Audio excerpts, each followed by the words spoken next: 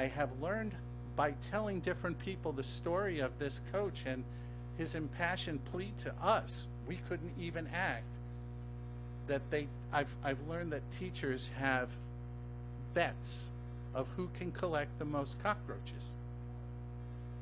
I've learned that the rats are scurrying in the ceiling, and you can see the urine stains in the ceiling, and that teachers, while they're teaching, can hear them running around. This is not right. This is about as far from right as we can possibly get. And we cannot develop their minds if we've destroyed their spirits. Thank you. Thank you.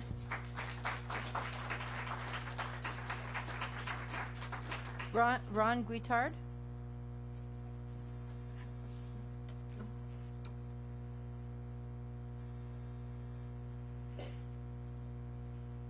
Good evening, Superintendent and Board. I am a teacher at MAC Charter, and I come to you in regards to reminding you again of our plea as teachers to pursue the inequities that are happening at our school. I come from a background of hotellery. I've always been customer service oriented. I worked with Costco when I first moved here 25 years ago, and know how to treat customers. And as a employee, I feel it's kind of important that we have a union contract that is supported by the Sweetwater School District, who has also initiated a renewal under the guidelines that we would have a salary schedule. And I walked into this school over 8 months ago and was told that we're salary, told that we were in the process of finalizing a first contract with the union, which has been going on for 2.5 years. This is a bit too long from my from my perspective, from dealing with customers at a hotel who wants something done immediately. I'm taking care of over 70 students, 3 different class levels, and it's imperative that we have stability and also have a little bit of mental stress relief from the board supporting us. They should be checking this out and doing what is necessary to put this in front of the MAC board, who seems to be dragging their feet in regards to something very simple as just matching salaries with the Sweetwater School District, which we're a part of. So my plea is just make sure that they're following the right guidelines and that they're stepping forward and taking care of the teachers that are trying to take care of very needy students. I mean, we get into teaching because we love to teach. It's not about the money, but when you get to a point where you know that you're being ignored, someone has to finally stand up, just like the students will be standing up because of what's happening around the nation. It's ridiculous. So I plead to you and your staff to keep pushing forward and getting this done for us. Thank you for your time. Thank you. Raymond Terrones.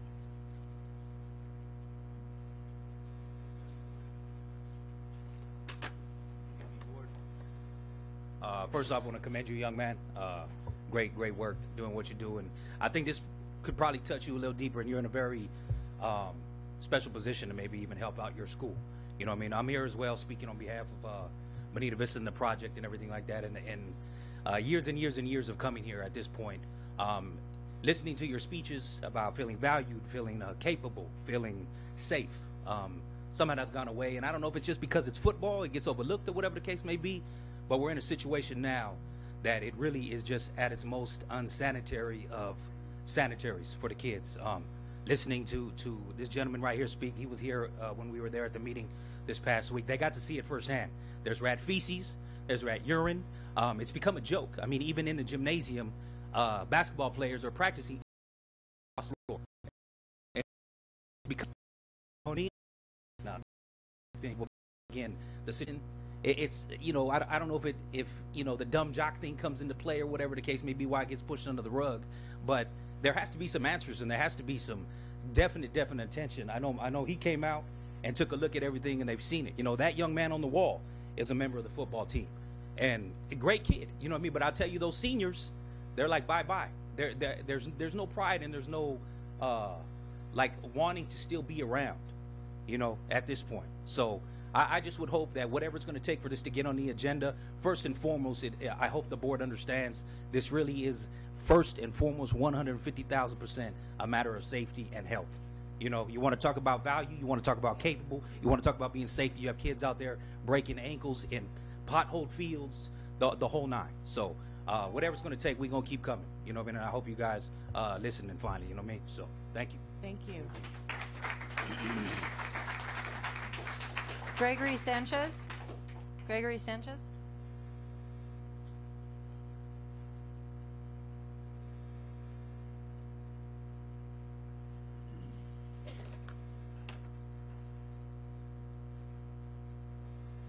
Good evening, board, everybody. I'd like to agree with my fellow parent here, Mr. Terran Toronto, about the knowledge that has been, that this is nothing new to the board. I've read over the recommendations, the committee you guys hired, Moss Adams, to inform you guys of the needed repairs, and they rated Bonita Vista High School in a letter. They gave it a grade letter D, and yet the only thing on the proposal is a football field. Nothing about any of the deterioration of the school, nothing of the rat infestation, nothing about the poor quality of the bathrooms, nothing of the gymnasium, nothing. Nothing has been mentioned in that report, and nothing. Nothing has been mentioned in the revised to do something in Bonita. I believe that the only reason the football field was addressed is because there was a lawsuit, or you may have a couple lawsuits. Not you guys personally, but I know there was a couple people who had placed some lawsuits on that. But I don't think that should be the reason why we move forward. I don't think we should be here time and time again going over the same subject. I was informed that Mr. Tarantino and Mr. Pikes are in charge of our district. So hopefully we get some movement in this, in these manners, please. Thank you very much. Thank you very much. We appreciate your comments. Amy Mudd.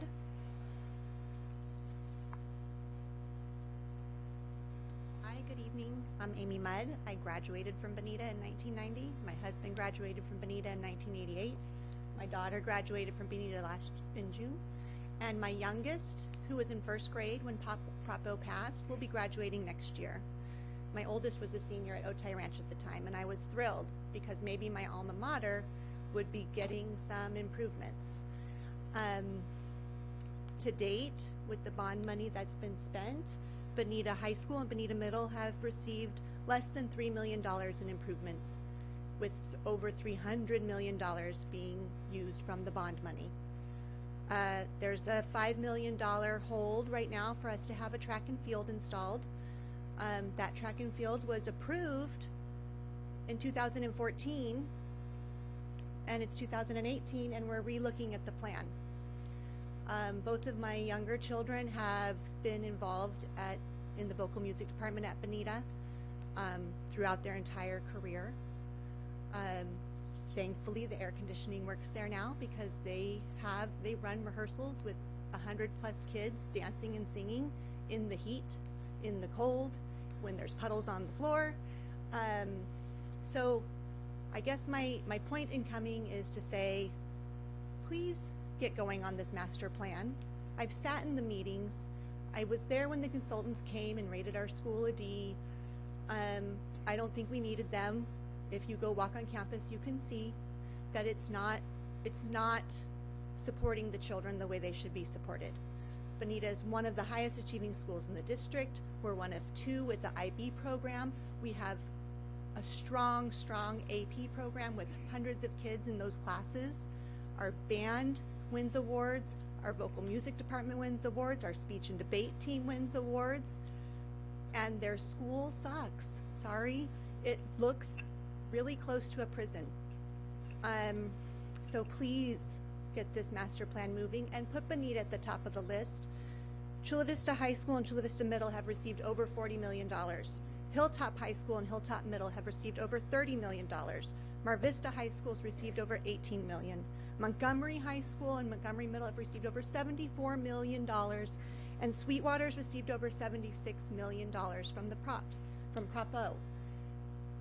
Bonita's received less than $3 million. It's time for Bonita to get some action. Thanks for your time. Thank you. Larry Posada.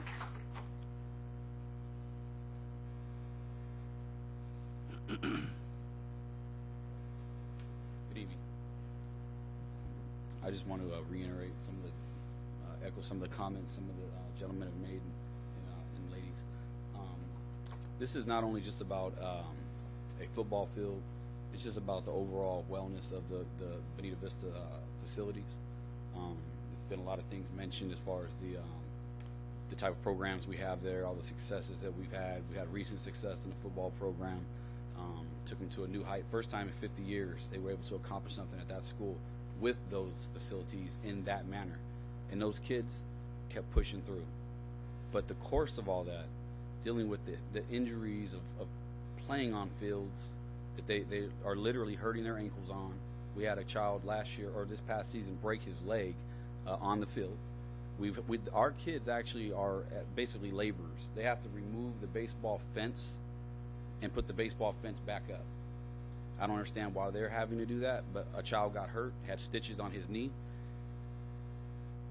The district is opening themselves open to a serious lawsuit. And it's I'm surprised it hasn't happened yet, or maybe it's in the process, but I just don't understand why our kids are being treated subpar. I mean, I've been coaching in this district for quite a while and put in my work. And it's hard to stand back, and I am that coach that the gentleman was talking about, and I thank you for mentioning that. You're a man of your word. That was our kids that were called names. You know, they go to a Taj Mahal, they push a button, it's on a screen like such. They turn on the radio, the guy has internet connected, and our kids are and they just couldn't believe what they're looking at. This air conditioning, touch of a button, everything. Taj Mahal, literally. And then while we go on a field, I'm going to say our kids were called racist names. Our kids were told to go back to Chulawana. We win the game, they won't shake our hands. We get on a bus, we drive down. We get back to the locker room, we open it up for them, and there's rats. Now, how does that feel? Our kids are not subpar human beings. They don't deserve to be treated subpar. Montgomery, for God's sake, has almost the best facilities in the whole county. There are 6 schools here in the South County, in San Diego County, Mar Vista, Bonita Vista, Chula Vista, Castle Park, Southwest, and Hilltops project just got stopped. That's a black eye on our district. Why are we the only ones that do not have track and field turf for our children and lights? I just have to say that I'd like to see some type of movement forward. It's hard as a coach to facilitate the needs when you know you're having your children go into a locker room full of rat feces and urine. I had to make personal 7 trips in my own vehicle to remove 7 truckloads of stained urine uniforms, chewed on helmets it's disgusting for our kids. Now our children are going to be sat back without having these uniforms, and I'll wrap it up on that. I'd like to see some action. Sorry if I got a little passionate, but thank you for your time. Thank you.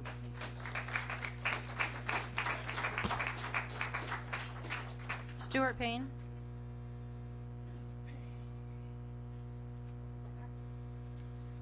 Good evening, board members, members of the public.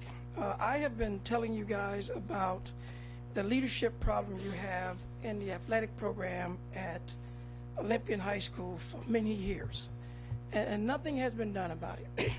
A couple of years ago, you had the former track coach have a 6th grader from San Diego Unified School District and an adult from San Diego State University practicing with the track team. This week, we hear that the basketball team, the girls, practice on a Sunday night at 9:39 or something like that. I got the video for you. And I'm told that the explanation is that the kids did that on their own, but a coach, some coach, gave them a key to the facilities, which is a problem in itself. And I'm told that there's no CIF violation. Now, I'm not interested in having the CIF or anybody else sanction these kids so they don't get to play their games, because that's typically what happens. The adults do the dirt and the kids pay the consequences. So that's not my intent here. My intent is to find out what this body is going to do athletic program. Now, I don't know what you've been told about this incident, but I'm going to show you that this is a CIF violation. And this is what the rules say. Section 504M. In order to provide at least 1 day of respite from involvement in interscholastic athletics each week, no interscholastic games or practices of any kind are to be held on Sunday. It goes on to describe a practice as such: any school team or individual activity organized by the coach that is intended to maintain or improve a student athlete's skill or proficiency in a sport, and or any school team or individual activity that includes skills, drills, games, blah, blah, blah, on and on. It goes on to say, and any other coach-directed or supervised school team or individual activity or instruction for a specific sport. And here's the catch: any other team or individual instruction for a specific sport organized or supervised by any team member or anyone else associated with the high school athletic program. Now, giving the keys to these kids, if that is true, that's an act of organization. You just organized the practice. The other question is, how did they get through the gates on a Sunday night? You've got a problem in that athletic program at Olympian High School, and you also have rats there too.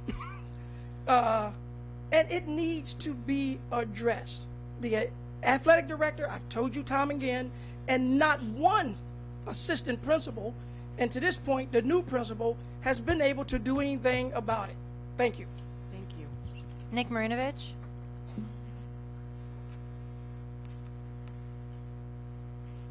Good evening again. For the public in the audience, the issue at hand that I'll be covering is one of the roles of our bond committees is to determine whether what was on the ballot measure was spent according to the ballot measure by the district, spending as promised. And I'm going to read a letter that sections of a letter that I'm going to hand out today. After days of careful reflection and thought, as an individual, but certainly drawing upon what I have heard as chair of the Citizens Bond Oversight Committee, I am very troubled by the recent developments in the areas of accountability and transparency as it relates to district council. I have also heard of stonewalling efforts on public records requests from Matty Adotto, another long-time community member who has sacrificed countless hours on behalf of the district. I say this because I'm troubled. I'm troubled that I just felt that I didn't want to put Dr. Janney and Dr. Aguirre in the middle, because council reports to you directly. And that's part of the problem, in my opinion. Accordingly, as it says in the memo, attached you will find a public records request that I sent to the district official email address today. The fact that a PRA request from the bond chair has to be made in the first place is a sad statement. I thought it ended, and I never thought I'd say these names again, Ed Brand and Gondra eras. Several times I've contacted council through email and through a message with the office, specifically asking for an illegal opinion, which was apparently issued, that was found out at the bond committee on January 17th, 2018, unbeknownst to the committee.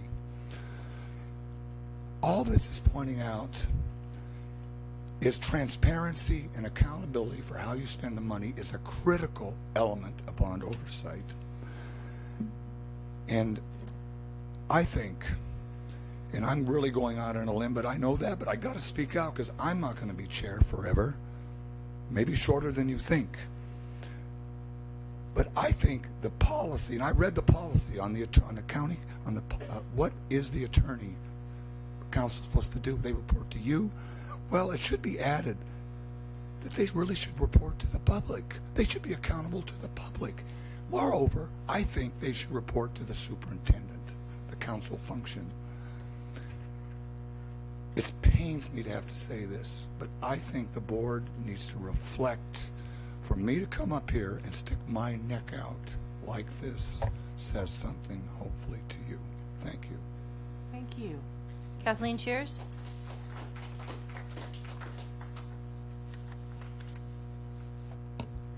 I attended the BOC meeting at Bonita Vista High School. I applaud Bonita's parents, coaches' commitment to their community students. It is clear this flagship of educational excellence has been ignored for far too long. Approximately 2.5 years ago, I began to take notice of the efforts of special interest groups once again, attempting to infiltrate and manipulate certain aspects of this district. To me, it matters little what label or title is affixed to those who seek a profit from whether it is our educational, deferred maintenance, mellow, or bond money. The prior board allowed contractors, construction, architectural firms to profit based on campaign contributions, gifts, etc. It was called pay to play or special interests. Today I reviewed the campaign statements of every one of you board members. Some of you are honoring your promises.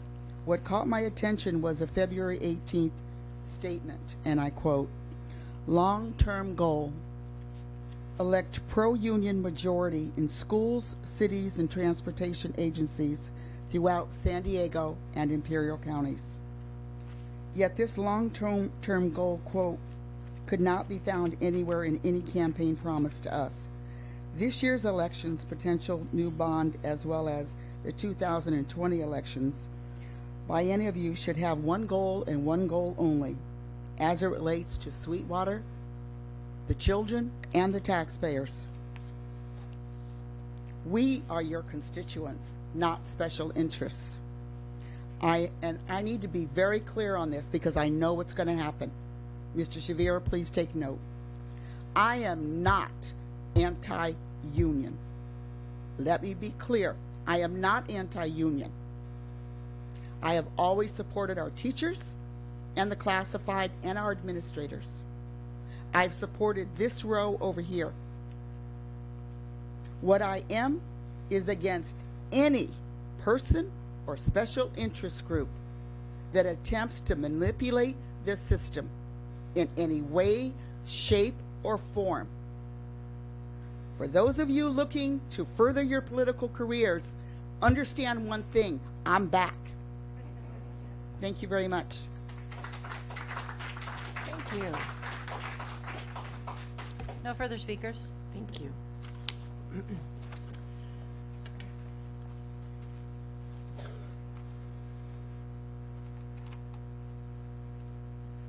Clerk of the board, would you please read the items being pulled from the consent agenda? Yes, the following items have been pulled. F3 by Mr. Tarantino, F5 by Mr. Tarantino and staff, G2 by Mr. Tarantino and the public, G4 by Mr. Tarantino, H1 by Mr. Tarantino and the public, H2 by Mr. Solis, H4 by staff, K5 by Mr. Segura and staff, K6 by staff and the public, L2 by Mr. Tarantino, M1 by Mr. Tarantino and the public, M2 by Mr. Tarantino, and Q1 by Mr. Tarantino and staff. Thank you. Do I have a motion to approve the consent agenda? I'll make that motion. I'll second. Motion by Segura, second by Pike. Call for the vote, please. Solis? Yes. Segura? Yes. Tarantino? Yes. Pike? Yes. Hall? Yes. Motion passes 5-0. Okay, we'll start with, what did we say we were going to pull? K5? thought F5 got some special asterisk. K5, K6, and Q1. Okay. So let's start with K5.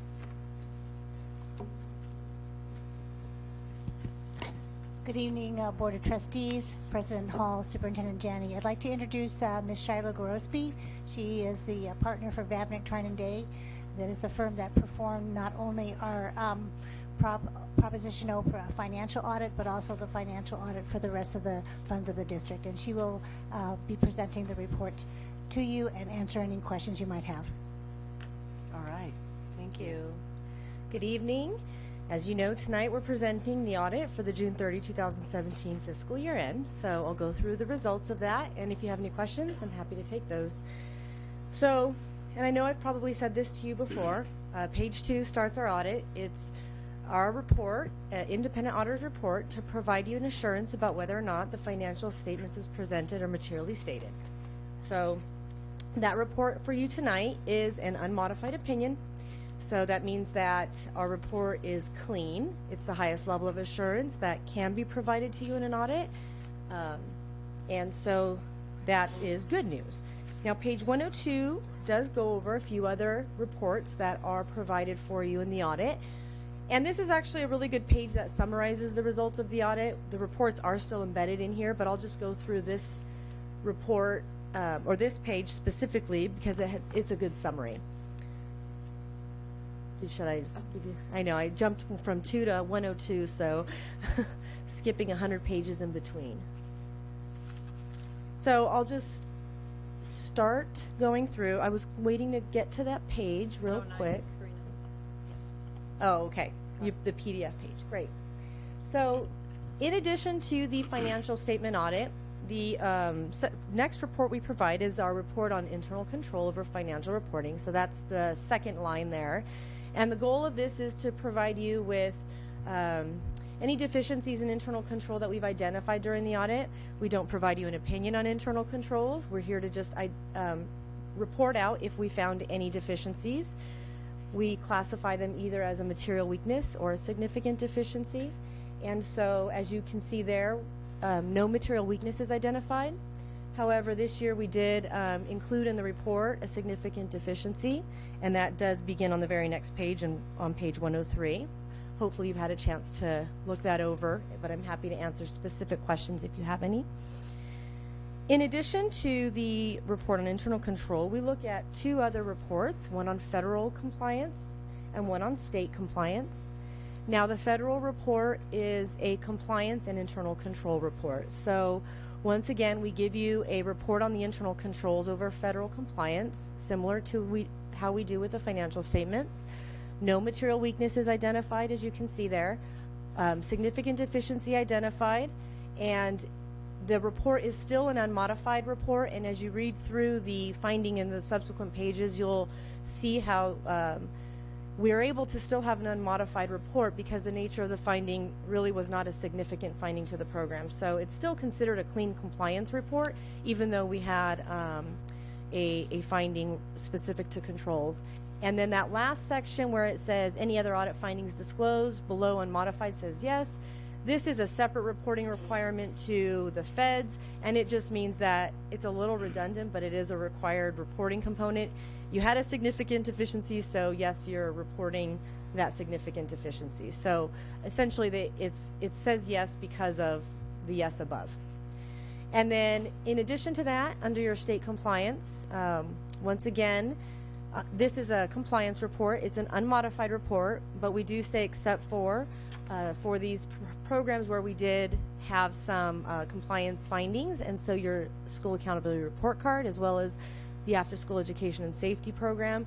I will note that none of the findings have a fiscal impact. A lot of them are for these particular 2 are probably more operational, maybe how's the best way to describe it? Paper issues, so record keeping more than anything. So if there's any specific questions about those, I'm also happy to answer those. All the findings then, as I just mentioned, are over the course of the next few pages. And then once you get to page, well, it's my page 112. I believe it's your page 119. That's the management letter that goes through other observations that we've come across with respect to the audit. So these are things that we don't believe rise to the level of significant deficiency, but we still believe they warrant some attention. So we report those out to you. And there's predominantly areas of ASB, but then there's also the one that you're seeing there and specific to cafeteria fund. So that really concludes the results, but I am, like I said, happy to answer specific questions for you.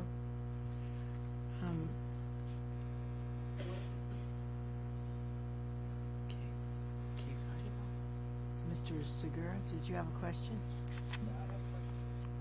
Or did we want any public? Is there any public comment on this? Okay.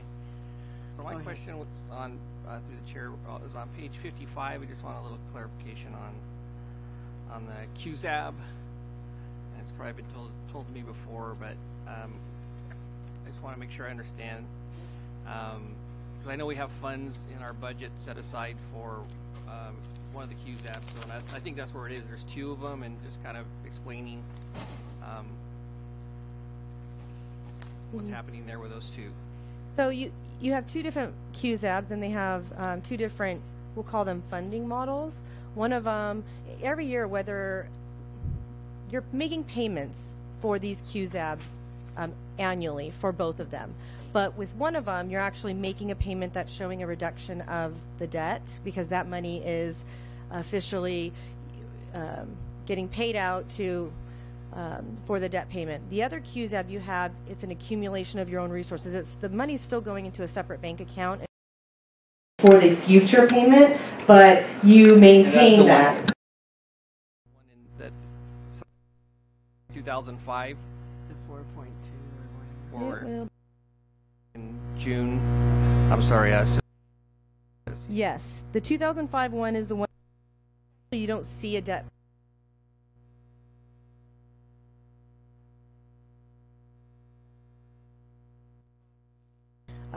Cash of the district. So it is reported as the asset of the district still.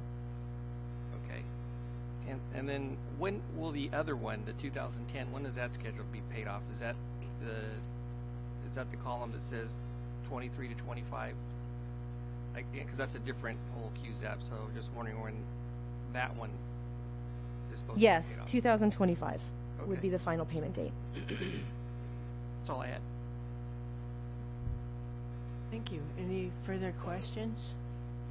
Mr. Tarantino?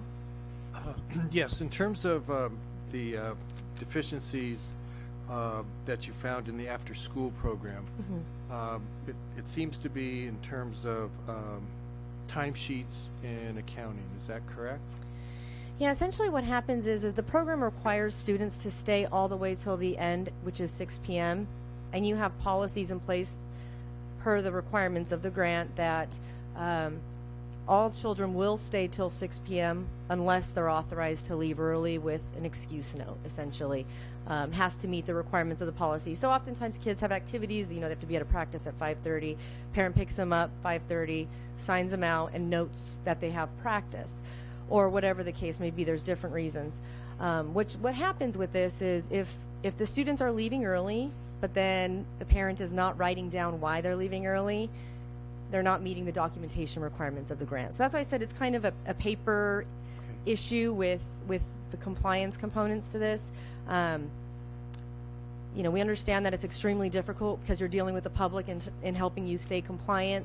So the kids are, if they're in the program and they have to leave before 6, they have to say why, essentially is what happens. But again, there was no financial impact. There is no financial impact, yeah. So we're not getting docked for it? No, okay. No. All right. Yeah. But it's something that I know, needs to be the statement, we're fighting to, we ask the question all the time, why are we having to focus a lot of time and attention on things that really aren't going to have an impact financially, but it's in law that this program is audited, so. Well, are you finished? I'm done. Could it not have a financial impact if, in fact, we were found consistently out of compliance? The only time here's the believe- stretch of what could because happen. Number one, it would have we have a liability exposure when kids leave a campus without being properly signed out, right? And that's a liability exposure. Right. And number one, it's not following the policy of why we're paying these people to run an after-school program. Yeah. So when I say financial impact, I guess I was only looking at it from the standpoint of a reduction of the grant monies you're receiving, whereas there could be potentially other implications that could have a financial impact. Absolutely. But if they found that this was consistent, where kids were not accounted for, wouldn't they have a? Yeah, they would reduce our. So the our way this grant. particular grant works is if you are not meeting maximum capacity of your initial funding grant, so when you apply for this, you say, we're going to have X number of classes and so many kids enrolled in the program, and your funding was based on that initial determination of enrollment. So it has no impact on daily attendance. The only time the state's going to come back in and look at that is if you're falling far below those enrollment projections that you had applied for at the beginning of the grant. So the reporting requirement that they look at is how many students you're saying you're serving, and we audit that piece of it as well. So as long as those numbers are falling within those initial projections, they don't generally balk at the early release issues. All right, thank you. You're welcome. No, I don't believe we have any further questions, but thank you very much. You're welcome. Thank you. We're doing Right, so- are we doing the prop? So thank you. You're done. Were we doing the Prop O as well? I believe they are separate items, and we Yes, need to separate take them items. separately. So I will take a motion to accept the audit. Move Do to I have a accept. second? I'll second. Motion by Solis, second by Tarantino. Call for the vote, please. Solis? Yes. Segura? Yes. Tarantino? Yes. Pike? Yes. Hall? Yes. Motion passes 5-0. Thank you. And now we'll go to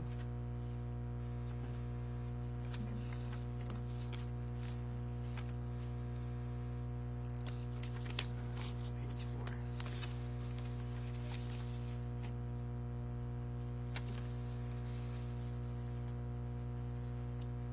K6. K6 is Propo audit. Okay, thank you. I guess that's me again. Yes, it is. So you also have in front of you the Proposition O financial audit for June 30, 2017. Similar to with the district audit, page 2 is the independent auditor's report. And as I mentioned with the district, Proposition O also has an unmodified opinion. So it's a clean report on the financial statements. This is a shorter report, so I'll just take a second to draw your attention to page 5, which for you should be page 7. There it is. And all I really wanted to point out here is if you're really looking at it from a summary level, you can see that at the end of the year, June 30, 2017, the ending fund balance, the very bottom line, you had about $47 million left of Prop O funds. So sometimes I get that question, how much more do we have to spend? I'm sure you're further along today than you were on June 30, but I just thought I'd bring your attention to that. And then because this is a financial audit, we also have for you on page 14, your page 16. And this is also an internal control report, not an opinion on internal controls. However, it does provide you if there were any deficiencies in internal control over the specific reporting for Proposition O. And as you read through that report, you'll see that we didn't have any significant deficiencies or material weaknesses. So that's a clean report for your Proposition O. And there were no findings to report out of that. That one was a little shorter. Okay, thank you. You're welcome. Do we have any public comment on this? Yes, we do. Thank you. Kathleen Cheers? I've been coming to these board meetings for close to 10 years now, and I've seen this particular firm stand before you many times, do call-in audits, etc. And it is always, it's never ceased to amaze me that everything is fine and dandy, even under Gondra, even under Brand. So perhaps we're not asking the right questions. Not that I'm trying to say that anything is bad or corrupt. I'm just saying one thing. I don't care how good we are, we can always improve. And hopefully next year we will get a firm like Moss Adams that will dig into the weeds and help us to be all that we can be. Thank you very much. Thank you. Nick Marinovich.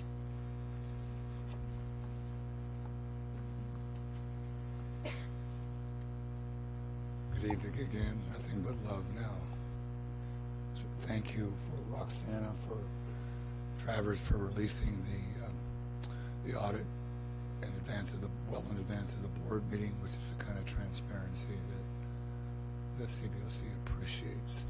The second thing, in looking at this audit, you know, these are done everywhere around the state, and it's sort of the same approach, frankly.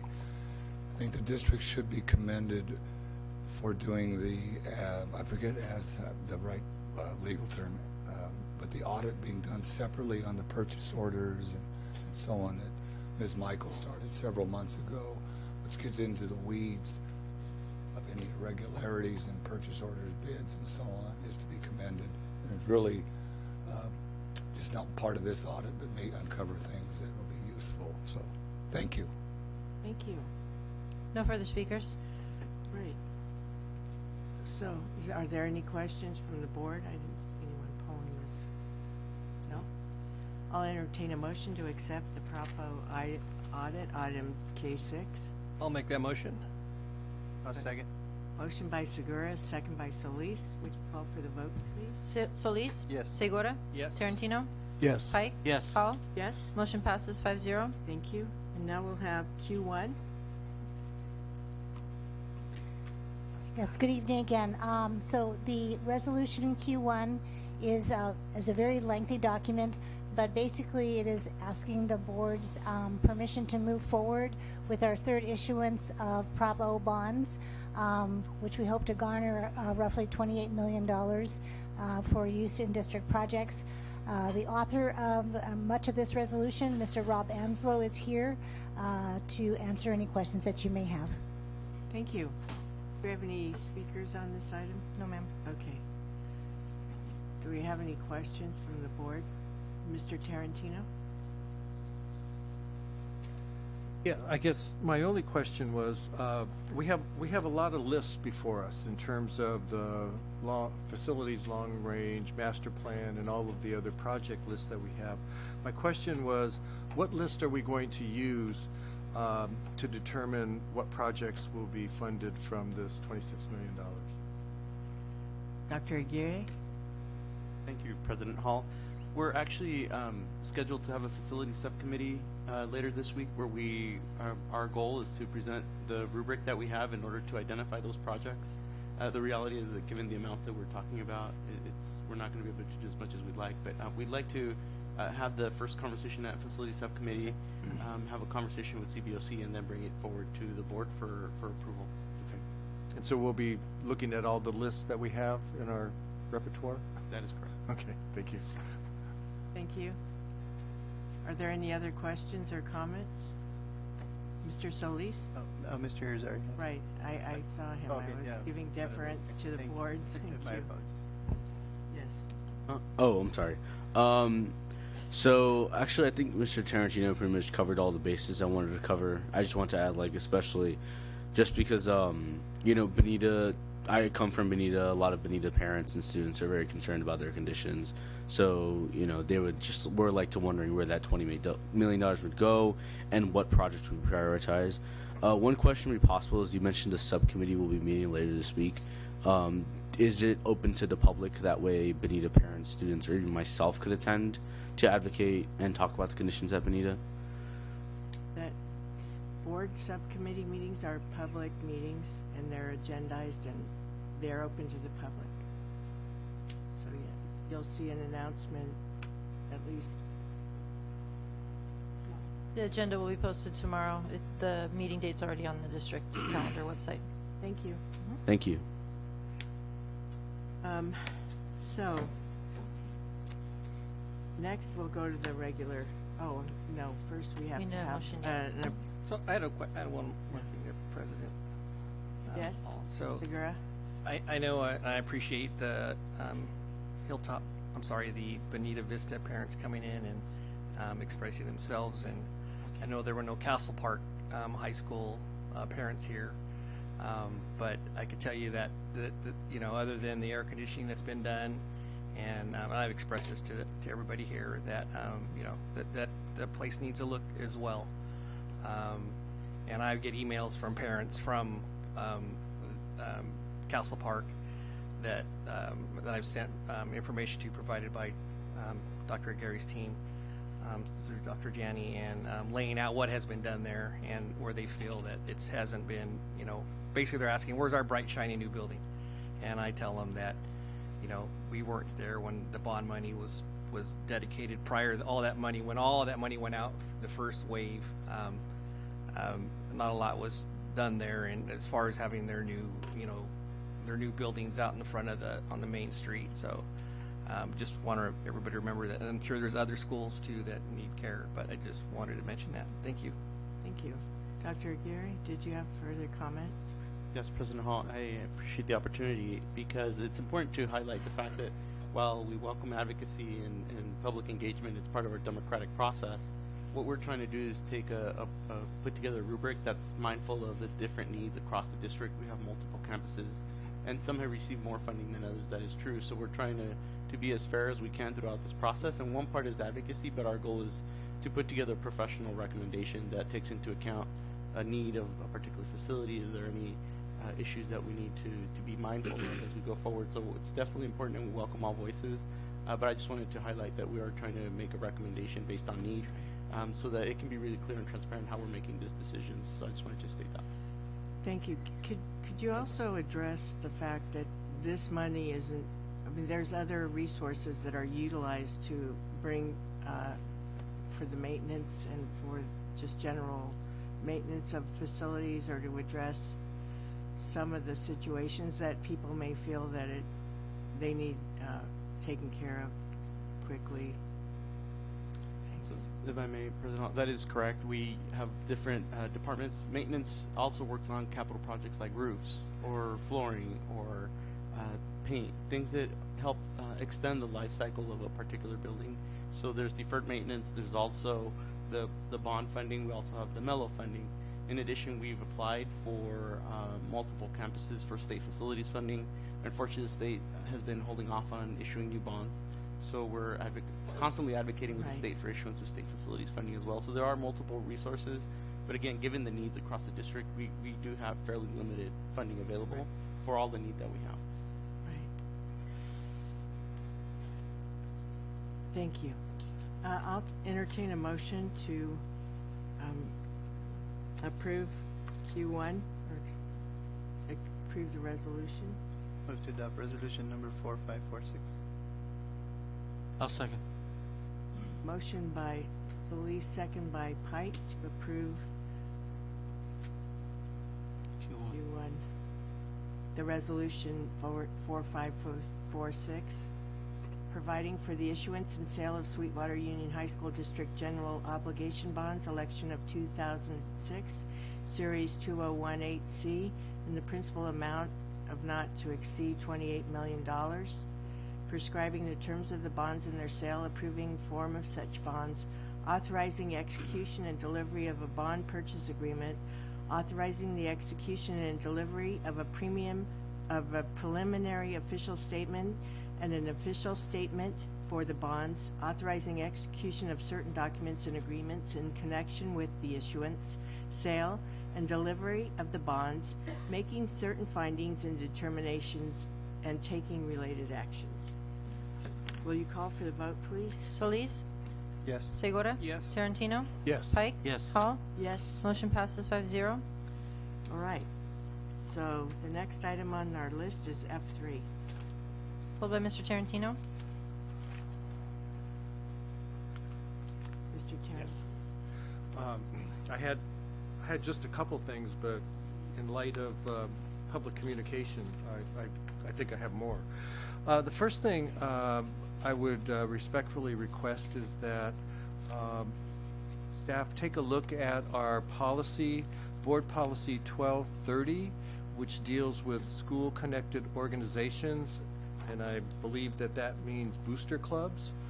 I think that I read over the policy, and and the ARs, and they're not very specific. And I think that I think that we need to review them. And you know, there's a catch-all statement at the end that says any program, fundraiser, or other activity sponsored by parent or guardian club shall be authorized and conducted in accordance to board policy, administrative regulations, and school rules. I think it would be helpful to parents and also to school officials if we listed what those policies are. And I'm not saying that they should be delineated and summarized, but at least what the reference would be, so that they know what exactly their activities come under.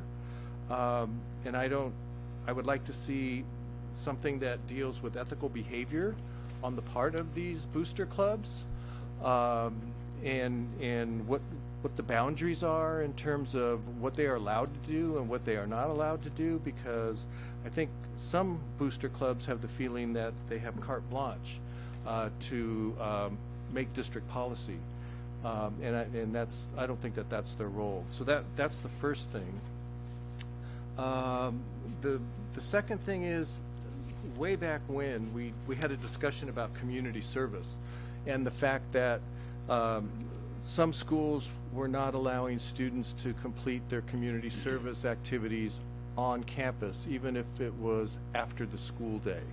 And perhaps maybe in a Saturday update. I don't want you guys to work on Saturdays if you don't have to. On the Friday update, you know, where we are with that, and if schools are allowing students, and I have a perfect example, Montgomery High School. That seems to be our venue du jour. We have a lot of activities at Montgomery High School, and if a student would like to complete community service hours after the school day, for example, setting up chairs for our district in-services or whatever activities we have, I don't see any reason why they shouldn't be allowed to do that. I know that I'm not advocating for them to complete community service during the school day, but after school day hours, I don't see why we can't allow that. And I've received reports that at some sites they're not allowed to do that. So that's that. And then there was a lot of public comment tonight about the health situation at Bonita Vista High School. And if we could have via Friday update in terms of what is our plan in terms of eradicating and dealing with the rodent infestation at Bonita Vista High School, I think that would be helpful to all of us. And I don't know what kind of correspondence has gone out to the parents regarding that issue, but maybe that could be something that could be discussed on the cabinet level as well. That's all I have. Thank you. Anyone else? Yeah, I would like to Mr. Pike? find an update on what's going on with the MAC project teachers. If we need to expedite them into doing something, I think we need to do that, because this is like the fourth or fifth teacher that's come to us and said, hey, we're underpaid and we're not getting any response, and they're dragging their feet. So let's push their feet a little bit. I'd like to see that. Thank you. Thank you. Okay, so now we'll go on to item F5. Mr. Tarantino? Oh, this was pulled by staff as well. It's just pulled by staff so you can elect the 10 candidates. All right, Mr. Tarantino, go ahead. Well, what I did was I took a look at who was up for the election, and I'm pleased to see that most of the people who are on this list are new delegates, and with the exception of a few who have served more than one term. Some as many as 27 years. I think that, in my opinion, I think that any organization needs to build capacity for leadership.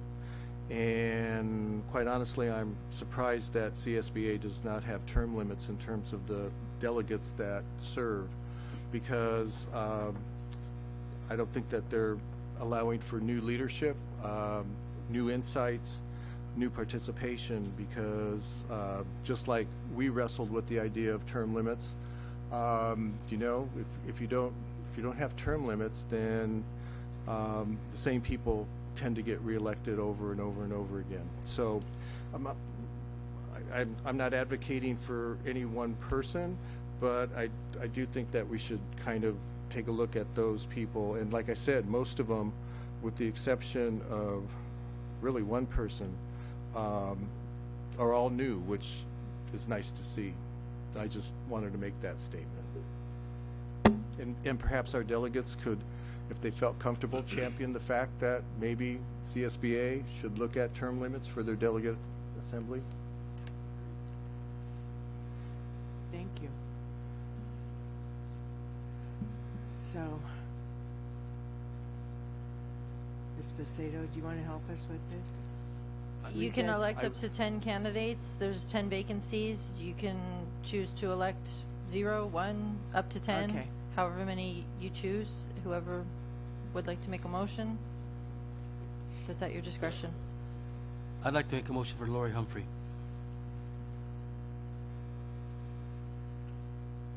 Anyone else? Yeah, I'd like to nominate or elect Mr. Farias Armando from Villa Oh, Vista. yeah. Armando. And Lori Humphrey, is that what you said, sir? Yeah. So I have Farias, Humphreys. Anyone else? I'd like to nominate those from the South Bay National, Chula Vista. Does that include Elvia Aguilar? That's South Bay. That's what he meant. Alvia from South Bay Union. I can't support that because she's been on for 27 years. So if you can eliminate her name and vote on it separately so I could vote no, that's fine. I'd be okay with that. So who are the people that you're looking at, Mr. Solis? Barbara Avalos, Maria Betancourt Castañeda, Brian Clapper, Maria Della, Armando Farias, Laurie Humphrey, Alma Sarmiento, and those are the ones from the South Bay. Has Alma been on there? No? I think so. I couldn't tell from her biography. Okay, I don't think so. We're Yeah. okay. So I have Farias, Humphreys, Avalos, Betancourt, right? Dalla, Sarmiento from, and Brian Clapper. Clapper. That's it. Is that it? Anyone else? I have 7. 1, 2, 3, 4, 5, 6, 7. Okay, so that's. I'll read the names one more time. Armando Farias, Lori Humphreys, Barbara Avalos, Maria Betancourt, Alma Sarmiento, Brian Clapper, and Maria Dalla. Or what's her last? Is that Maria? Maria Dalla. So that's 8, actually, isn't it? 7. 6, 7. Oh yeah, because I wrote Farias twice. All right. So those are the names we're going to vote on now. Do I have a motion to approve those delegates, nominations? I have a motion. I'll make a motion. Okay. Solis motion. I'll second. Pike second. Would you call for the vote, please? Solis? Yes. Segura? Yes. Tarantino? Yes. Pike? Yes. Call? Yes. Motion passes 5-0. Any further discussion? That's it. That's it. Okay. So now we will move to G2. Ms. I have one speaker, Lorena Chavez.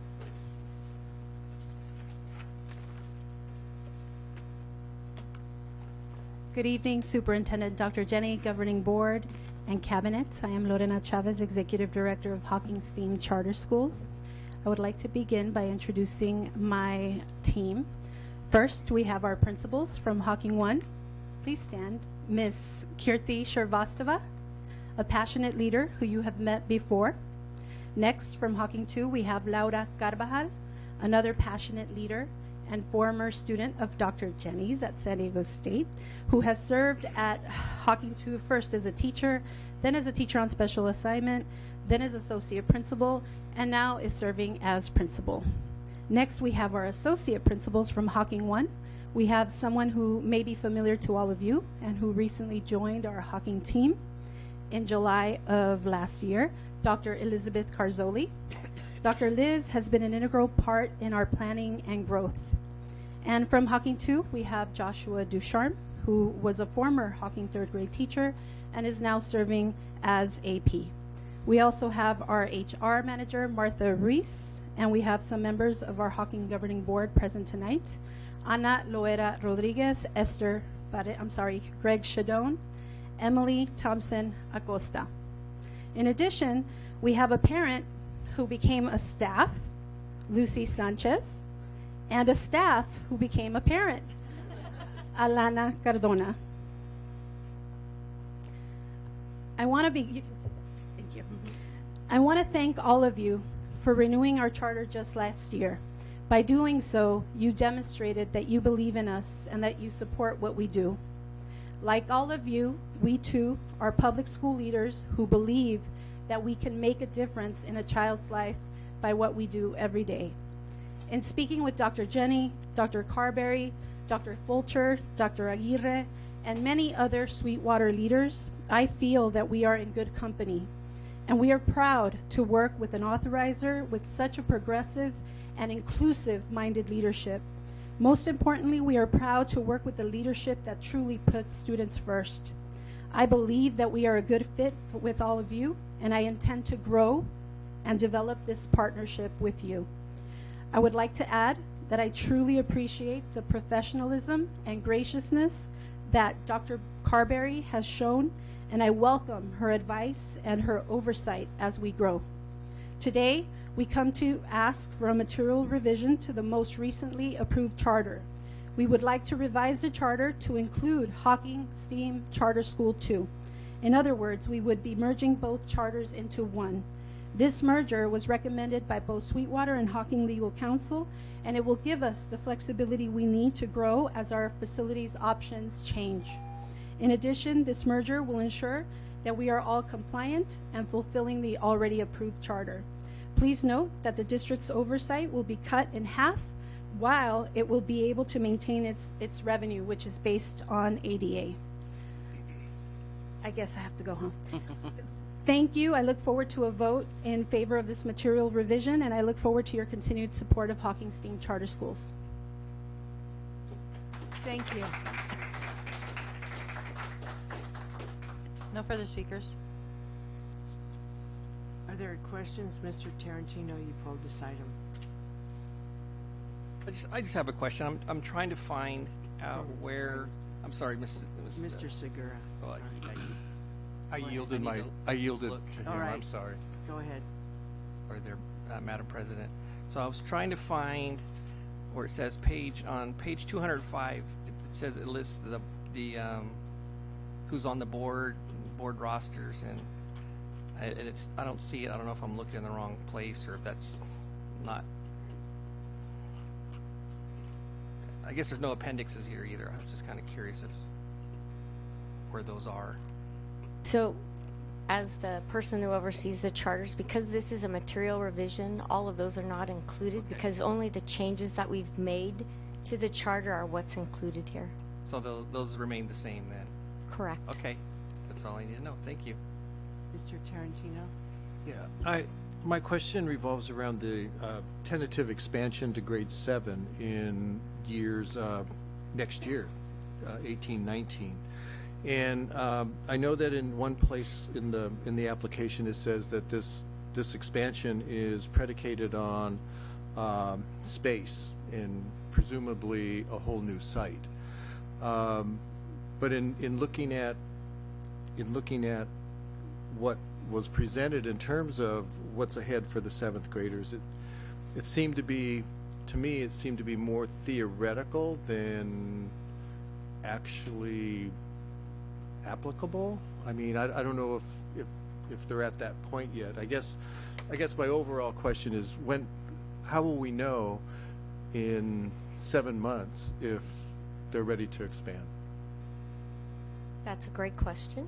And so in working in partnership with the school, Lorena and I have met, Ms. Chavez and I've met, and we've reviewed that. We've had conversations around assuring that they have some theory components in place, but that budget-wise, as well as program, staff, those kinds of things are going to have to be more, I'm not sure what the right word is I'm looking for, but teased out so that there's a true program that we'd be able to see to look at. So you'll notice they've identified text materials, the structure of the school. There's a tentative bell schedule that's been included with all of those.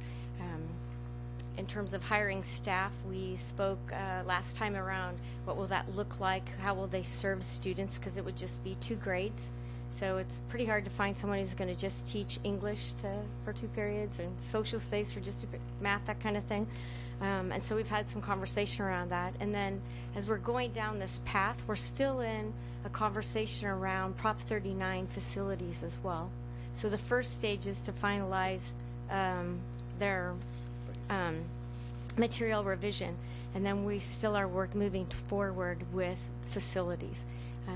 They've been very clear about the fact that they do and continue to look for facility space, recognizing a middle school is going to need more facilities.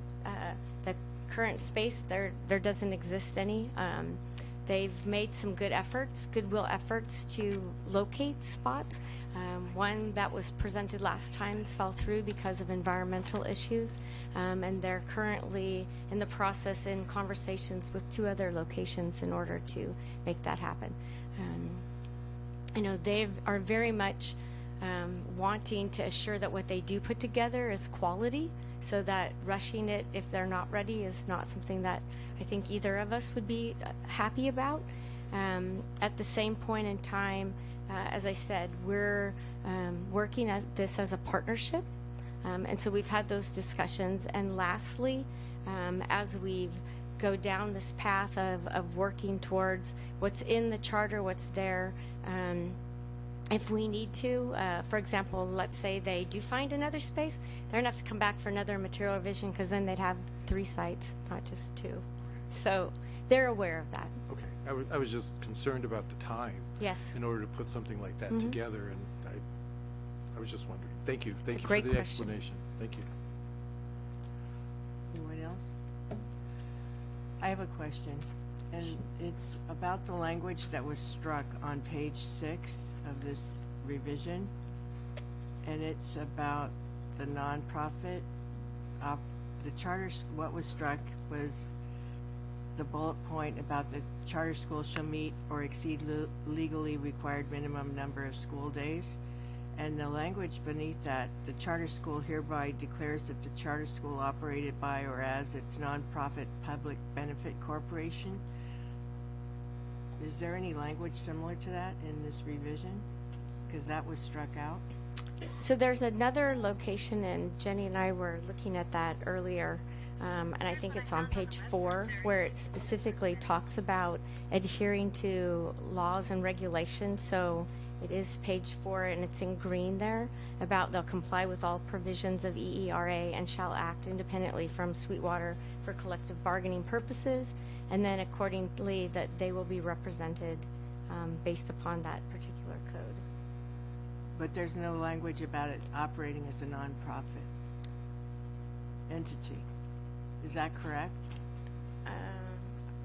Can I defer to Lorena? Or Jenny can answer that? I think They she was trying to absolutely answer have a you. public. They absolutely have a nonprofit public benefit corporation. The language that was changed that you're referencing to was just a change from the template model language.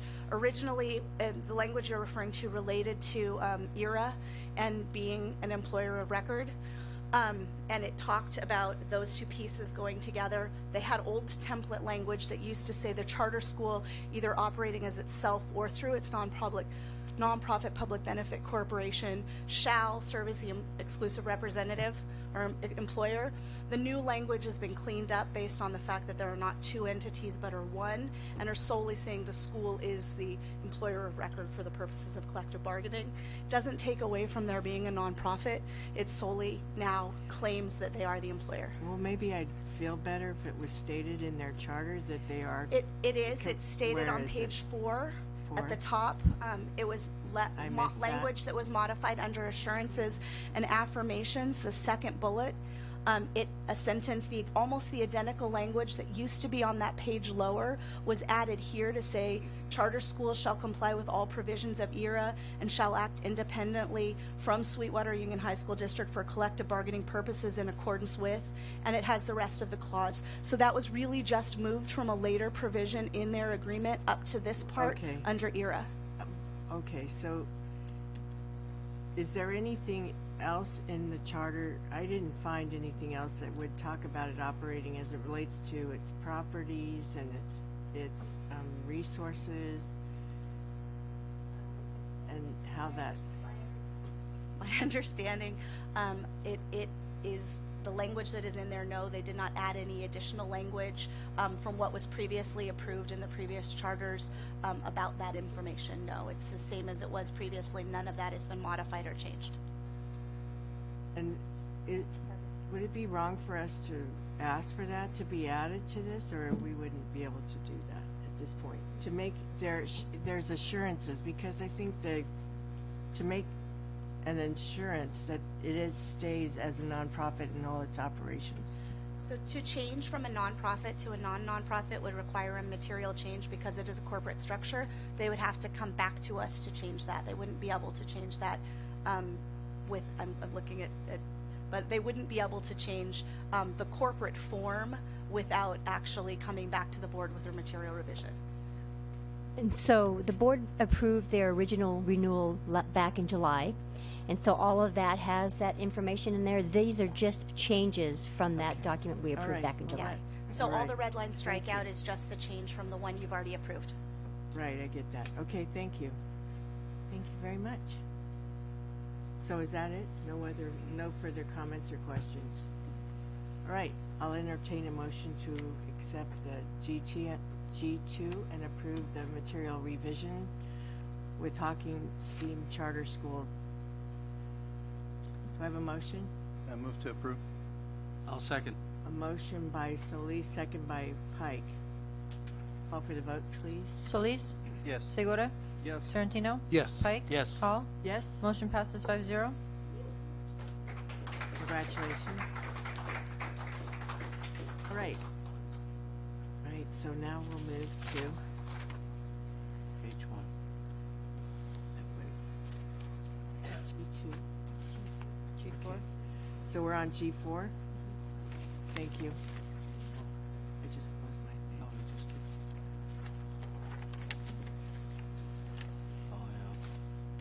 No, go. You go. Yeah, please. We totally commend everything you do. Yeah. All right. So this is G4, and we have any public comment? No, it was pulled by Mr. Tarantino. Right. Mr. Tarantino. I just have a quick question. Well, as I read over this, it kind of sounds like junior achievement. Is that kind of the model in which they're using? Ms. Alvarez? Good evening, board members. It is a similar model. It's not identical, but it does provide funding and seed money for student-run businesses, and any profits from those businesses will return back into the student-run corporation that they're making. Thank you. That's all. All right. President Hall. I'll entertain a motion to approve. I'll make a motion. I'll second. Motion by Pike, second by Solis.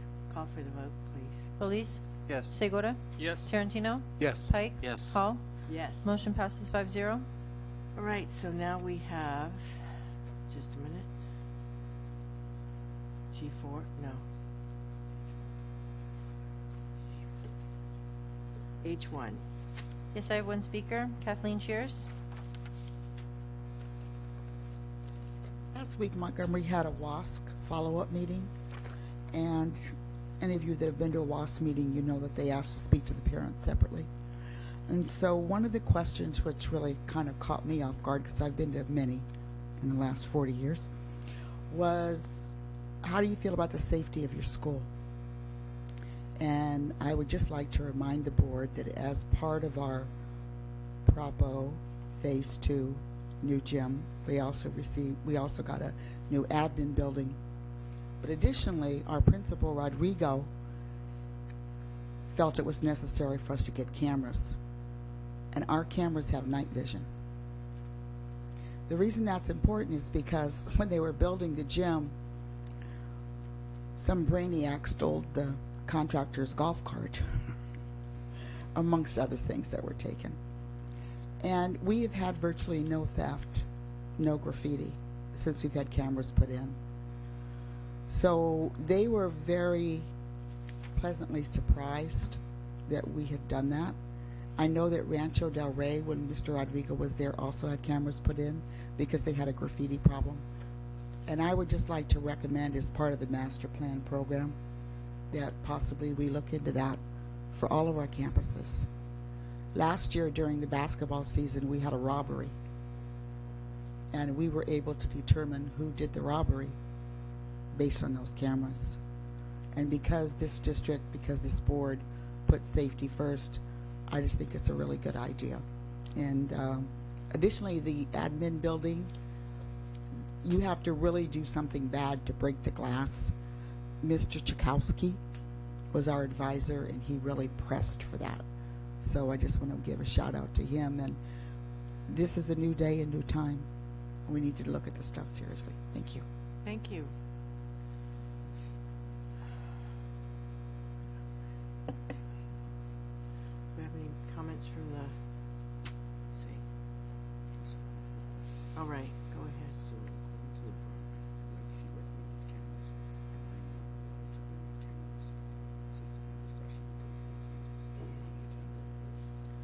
Well, if it has to do with this item, we're on this item now, so yes, you would not be able to talk about it or address it at this time.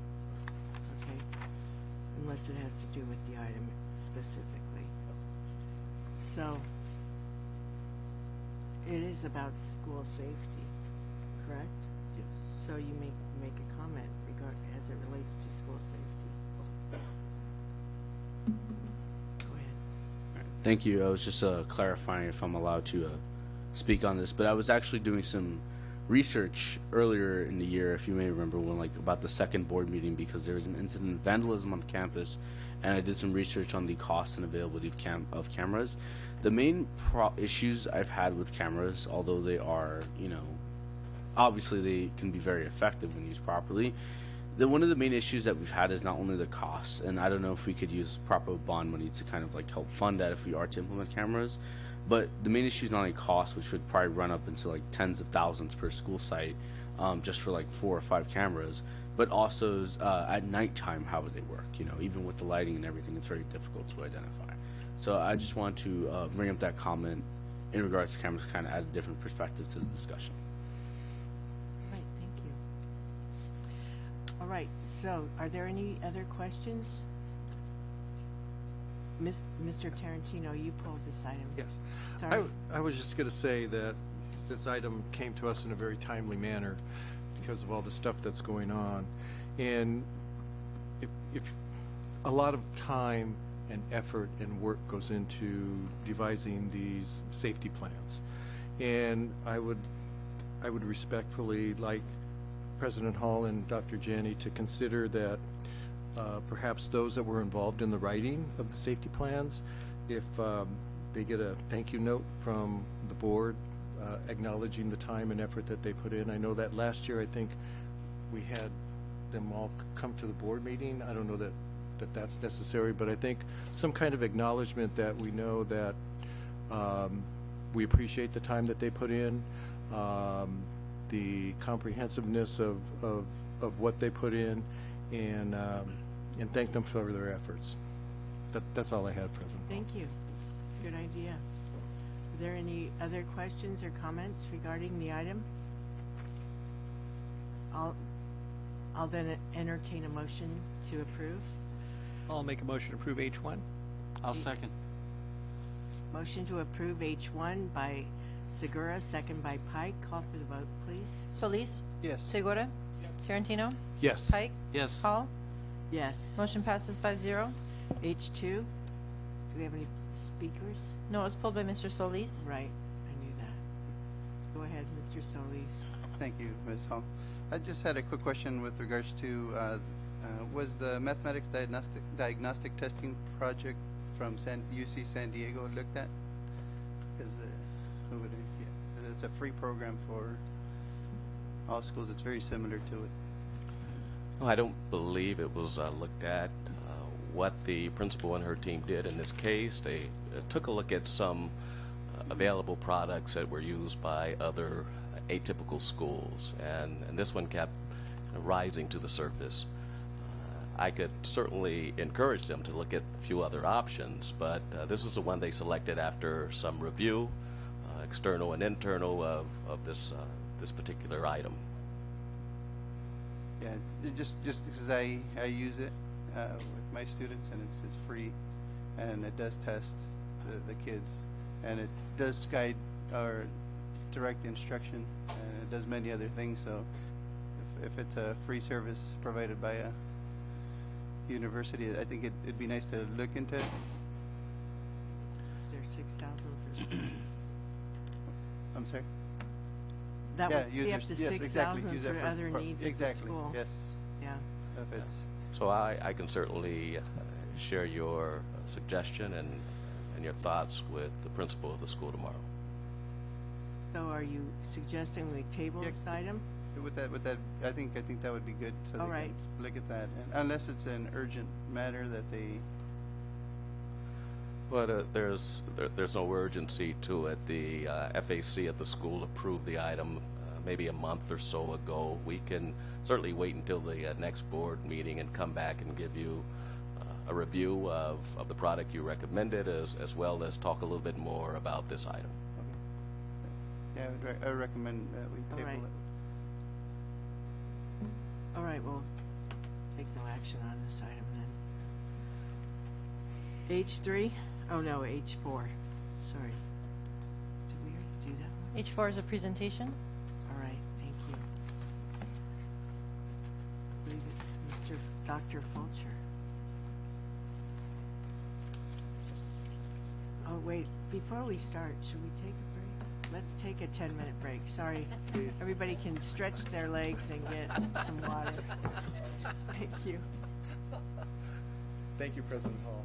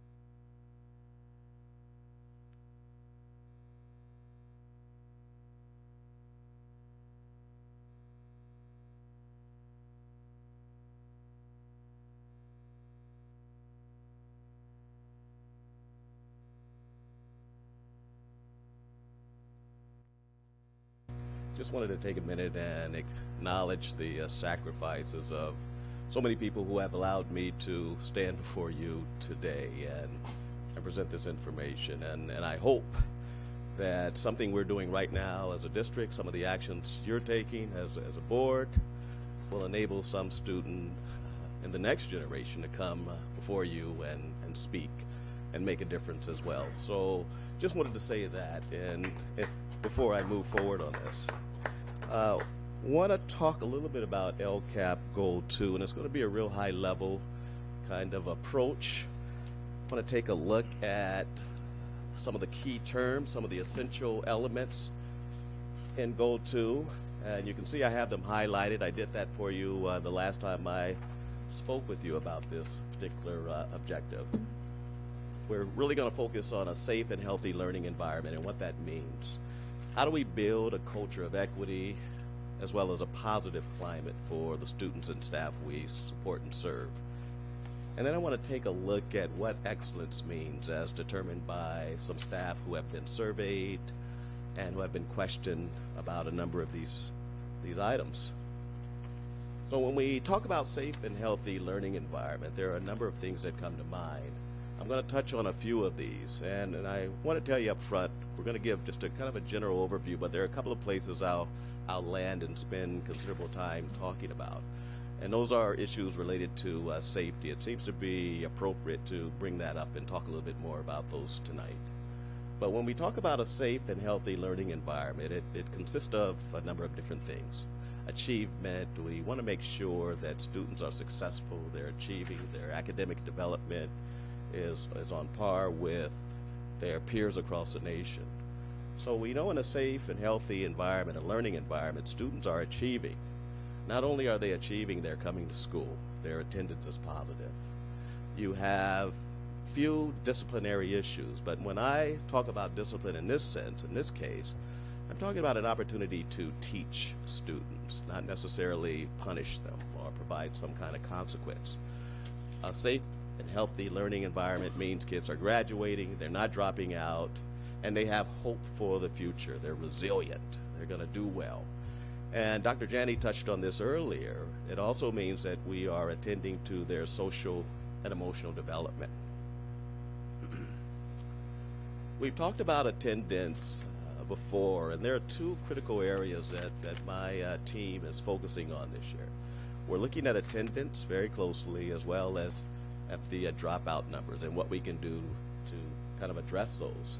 And you can see that in this chart, most of the attendance this year is, and this is recovered, has improved slightly over what existed last year. It's not the best in terms of the last 4 years, and those charts or those bars indicate a year. It goes back as far as the 2014-2015 school year up to the present year. This year isn't over yet, but you see there's been some growth, some improvement in the attendance rate at some of our high schools. And you can notice the same type of pattern existing for our middle schools as well. There are a few outliers, obviously, but in most cases you see slight improvement, in some cases significant improvement over last year's attendance rate by some and at some of our middle schools. We see again, and the year's not quite done, but we see a significant change in our suspension rates. You can see by as much as almost half in some cases. That last gray bar indicates this year's numbers and figures. So we have improved in terms of the number of kids we've suspended in the past. We're not suspending students as much, and we like to think it's as a result of some of the things we're implementing at our schools that I'll talk about in just a few minutes. We were given some information a few weeks ago by Dr. Winters. He talked about our graduation and dropout rates. We've seen a couple of percentage points growth in our graduation rates. And you can see the schools are under, in the change column, you'll see some green areas. Those are the schools, and those are the numbers which indicate the growth those schools have shown in their graduation rates, the change that you've seen so far. So you see schools like Sweetwater and Southwest High have shown about an 8.1 and 9.2% growth. Others like Options, which has a smaller population and enrollment, have shown a 24.8 percentage growth as well. And then you see a few like East Hills and our non-public schools that haven't changed. As a matter of fact, you see some deficits there. That's in large part to those students not having the same cohort start in 9th grade, and the fact that they may take more than 4 years to graduate in many cases. So that's why you see some of those numbers being the way they are there, or what they are there. And with dropouts, you see some similar kinds of findings.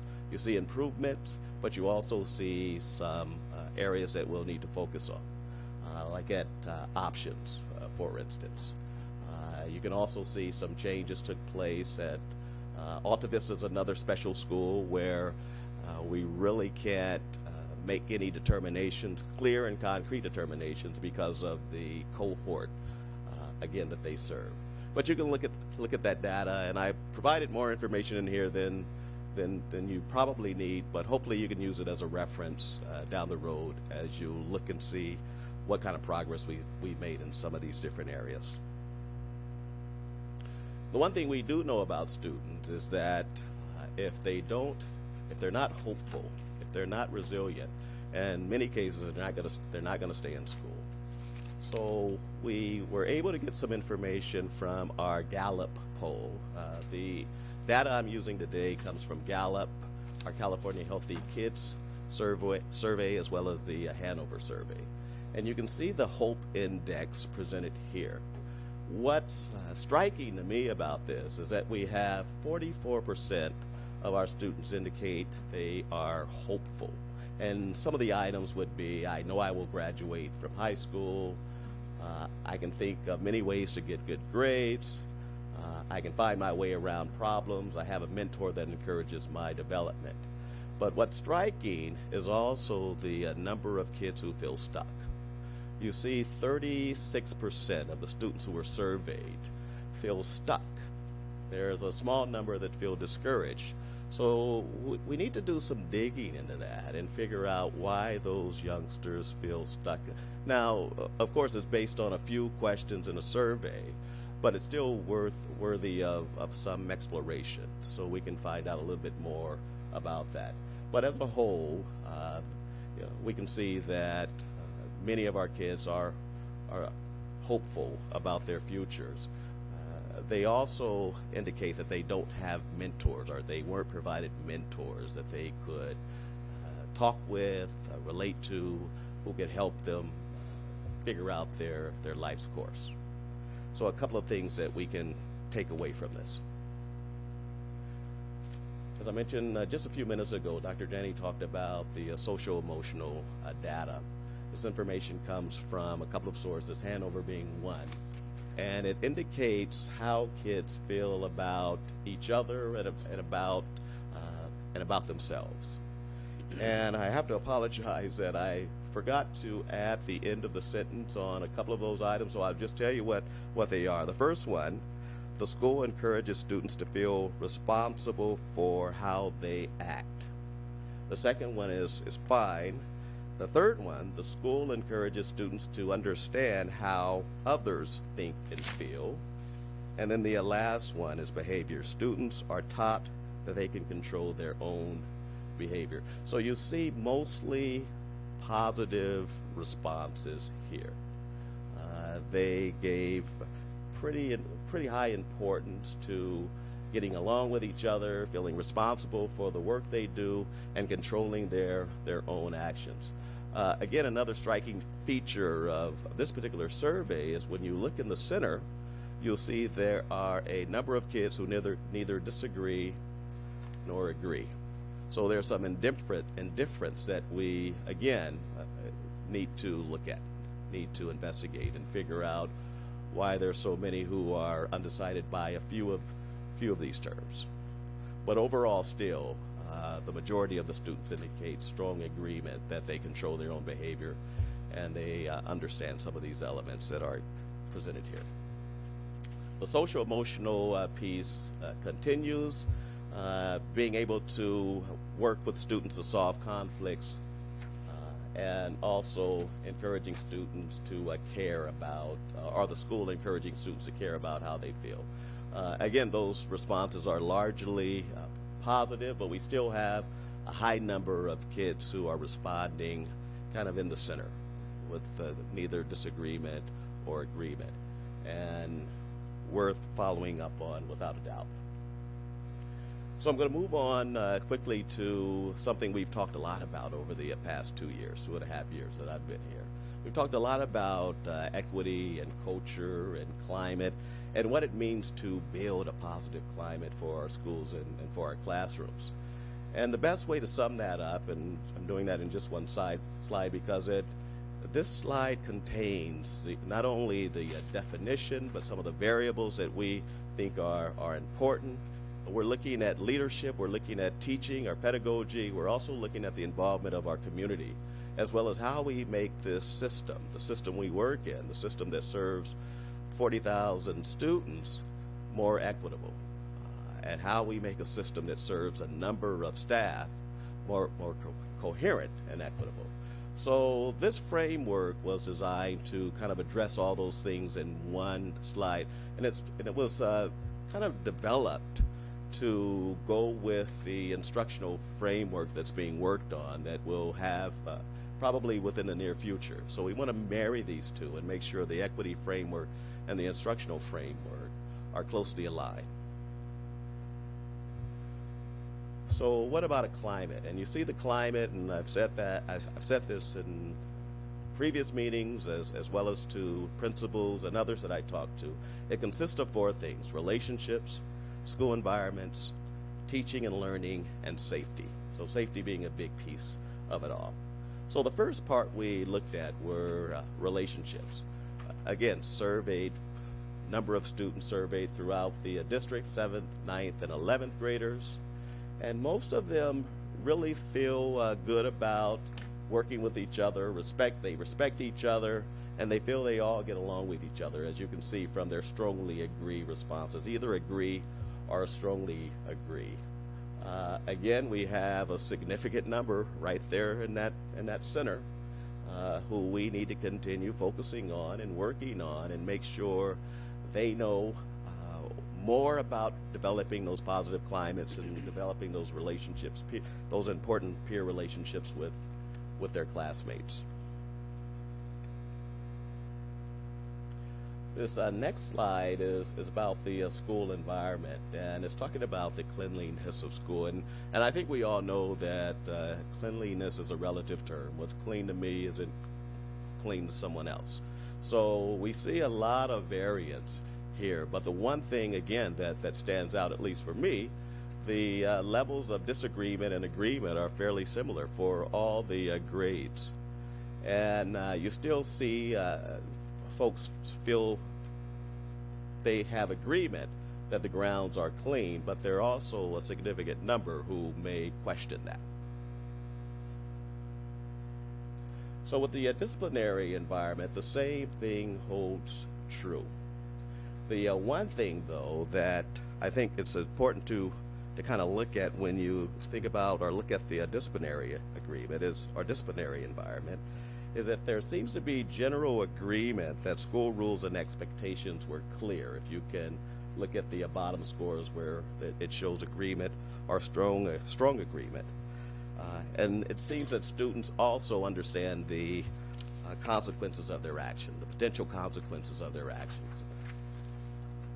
So this was an important slide in terms of looking at it from a safety perspective, because one of the questions we're always asked is whether the school rules are clear, whether students understand the rules, whether there's enough information being discussed or shared or talked about the rules with the school administration.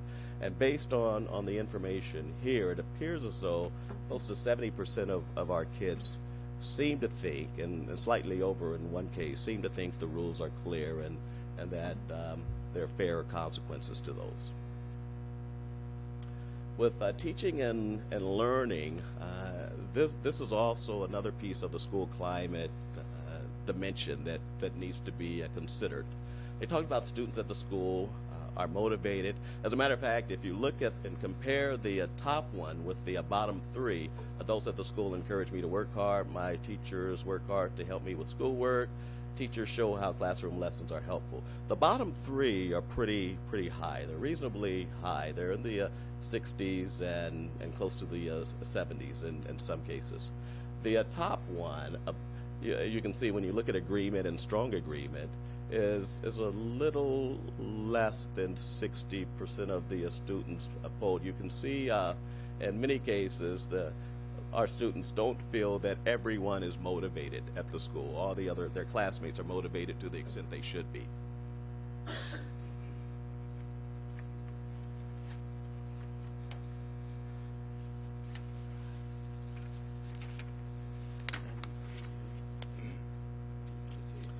With the supports for learning, the students in this case felt they had been included in activities, so there were inclusive practices taking place across the school. They didn't feel as strongly about being supported after an absence, if you can look at that last item. Although they strongly agreed with that statement, it wasn't as high as the other two. So some students feel they would like to get more support and assistance after coming back from a couple of days missing school. And the last one about supports for learning is about teacher feedback. They all felt very strongly that they were getting useful feedback from their teachers.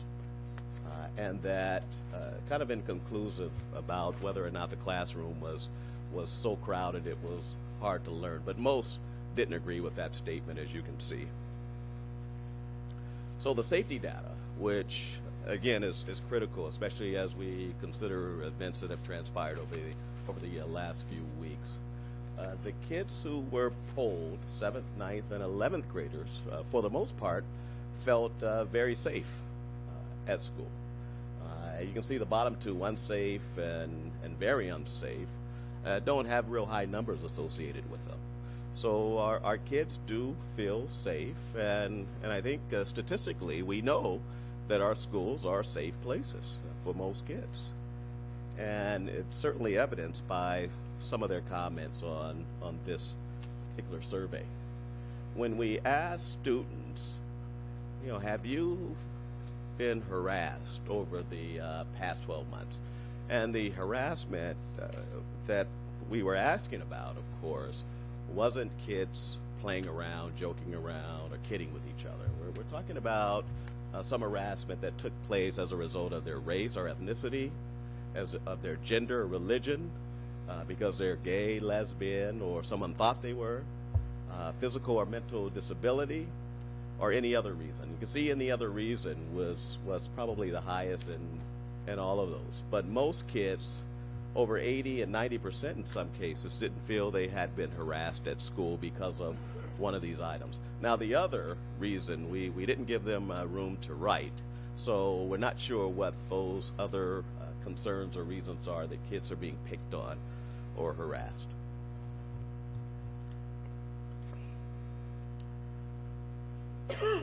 Our kids, as I said earlier, feel safe at school, but what about their property? So how many times over the past 12 months has someone pushed, shoved, slapped, or kicked one of the students who was surveyed in this case? And you can see that 0 to 1 time was over 90% of the cases in this case, or 80% of the cases.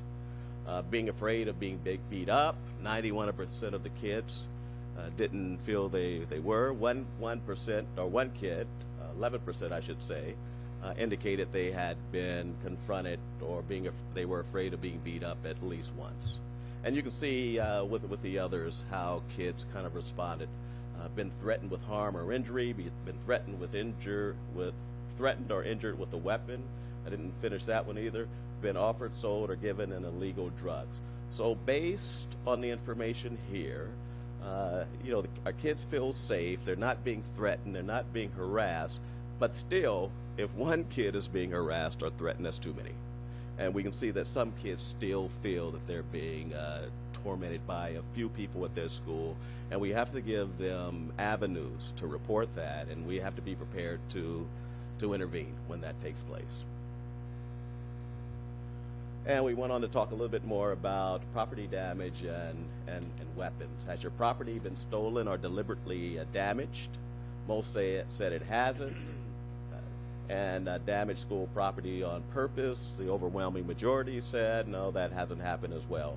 But when you look down to the weapons possession, there is a student who indicated, or 1% of the students who indicated that at some point they had a weapon on campus, and don't know if that is an accurate reflection or actual report, accurate report rather, but that would give, of course, anybody cause, and we don't know exactly what happened when they claim to have had that weapon on campus. But nonetheless, we have to, part of the takeaway is that even if it's 1% of students, again, too many, and we have to make sure that kids feel comfortable and they have the means to report anything they see if someone else knew about this. They don't rarely see students carrying weapons, guns, knives, other weapons. They don't carry them themselves, or reported they didn't carry it themselves. But the one piece about the gun is something that needs to be, of course, considered. All right, so kind of winding down, a couple of things I just want to talk to you about with regards to excellence. We want to see excellence in our students and staff. We want to see excellence in our communities, as well as the district office. And we want to make sure it's systemic and systematic. So looking at Hanover, and we don't have this year's results yet from Hanover's, but if you look at the results from a few years ago, you can see some of the responses by staff and our communities to some areas of excellence that were identified by us. So you can see the school and district environment. Staff had very positive perceptions. The community had positive perceptions. And on throughout the list, I won't read them all, but there are a couple that probably should be highlighted. The staff didn't feel as familiar with the LCAP goals as probably all of us in the room are, so that may mean some additional awareness building. They felt good about school leadership as well as district leadership, the parents, so we didn't have enough parent responses to tabulate scores there. Professional development, neutral, parent and community involvement. That developmental means that it's an area we definitely need to look at more. So it's a little bit below the neutral piece. And if I could, just by way of kind of wrapping up, there, and our superintendent and Isaiah talked a little bit about the events that took place a few weeks ago. And my team and I have been talking about some of the takeaways from that. When you look at what happened, you can see there was a lack of follow-up by a lot of people. I won't name them. I think we all know who they are. There were warning signs that needed to be addressed, and for whatever reason, that didn't happen. And then there was also this component of notification that should have taken place, and nothing was ever shared. So I met with my team just to find out how we're doing in these areas. And we speak with one of our law enforcement agencies daily, sometimes until the late hours, because of something that needs to be investigated or some conversation that needs to take place about a student, about a family, staff, about a number of things. So that communication is open, and we talk a lot about things that we need to do as a team to address whatever the presenting issue is. I was real concerned about following up on cases because we get these referrals or we have case or situations where law enforcement wants to visit a home to check out a concern. And wanted to know if 2 months later we were still talking with law enforcement about that concern. If a year later we were still having that conversation. If we were tracking and following that student throughout his or her time in our district. As it turns out, we are. John Chakowski and a number of folks in student services are following up to have those conversations on a monthly basis, so we know what kind of support those students are getting, and we're also in contact with the school teams to make sure that student is being serviced as well. Especially when you see things happening again and again, like cruelty to animals, perhaps, weapons that they've had in the past. And I'm not saying any of our students embody these terms, but those would be flags for us to continue monitoring the situation. What we've done in our district, you've heard a little bit about earlier. We have our security work group meeting. We had our sixth annual work group meeting not long ago. All of you were invited. We're the only district in this county that does something like that. And as a result, we have a lot of people who come who are interested in understanding more about our process. It's an incredible process, and I have to give kudos to John and a number of other people who have come together to help out. We still have our lockdown drills. These are mandatory. They're not voluntary. We have the secure campus drills. They used to be called heightened security. They're now secure campus drills. We talk about our reaction to national disasters on a fairly regular basis. We have a new discipline plan that was instituted just last year. So the work we do, I think it's important to note, happens not only in the classroom, it happens at the school, and then we're looking at what we do across the district. So we're looking at those three pretty broad areas. But the primary thing is making sure our kids are protected and supported and safe while they're here on camp, while they're here in our district.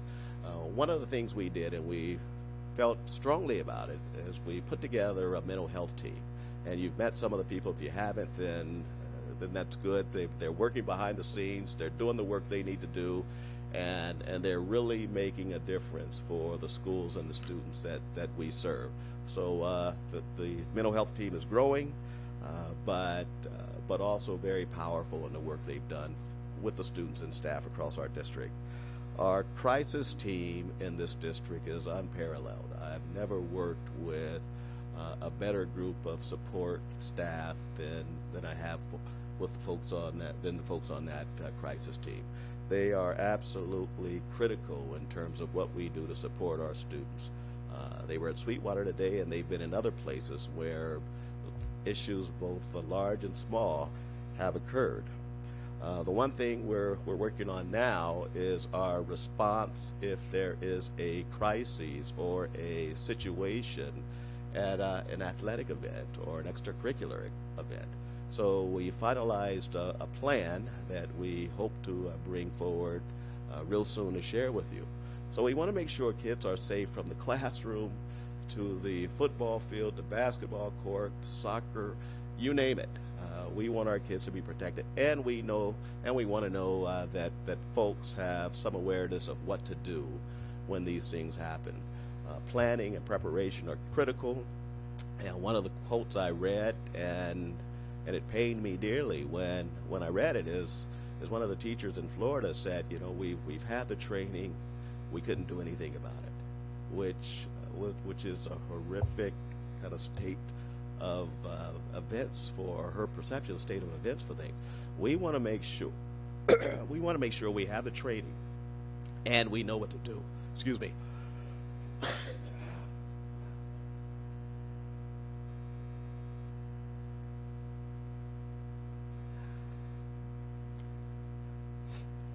So, a few last things I'll mention, and then let you comment or ask any questions you have. We have given our staff a great deal of training around how to de-escalate issues and concerns that come up. De-escalate issues with students and de-escalate issues with staff or parents or any community member that may show up. Our threat assessment process, again, is second to none. We have staff trained on how to assess and measure threats, and not just measure and let it go, but do something when that assessment has been completed. Either make a referral or you get some people in who can support that student. We have our Raptor system. We have our radios in place that people are using. John is insisting, not just to me, but to all of us, that we have our badges in a visible location, and that also includes board members. So badges should probably be up here, and I'm guilty, and John tells me all the time that I need to have mine in a much more visible location. So we're doing things to keep our kids safe. Is it enough? It's never enough. But we're going to continue trying to improve the work we do to keep our kids and our staff safe. So stop there and take any questions you have or listen to any comments you want to make. Thank you, Dr. Fulcher. Excellent presentation, Dr. Fulcher. Thank you. Okay, would you like to make a comment? I'll call on you first, Kevin. Excellent, Dr. Fulcher. Excellent presentation. Thank you. Thank you. And you know what? It's really important that I think everyone knows that there is a lot going on, but we can't really talk about it because then we're going to give it away. But there's a lot of stuff behind the scenes that these people are doing, and it's good to know they're working with law enforcement and everybody has a plan, because that's important.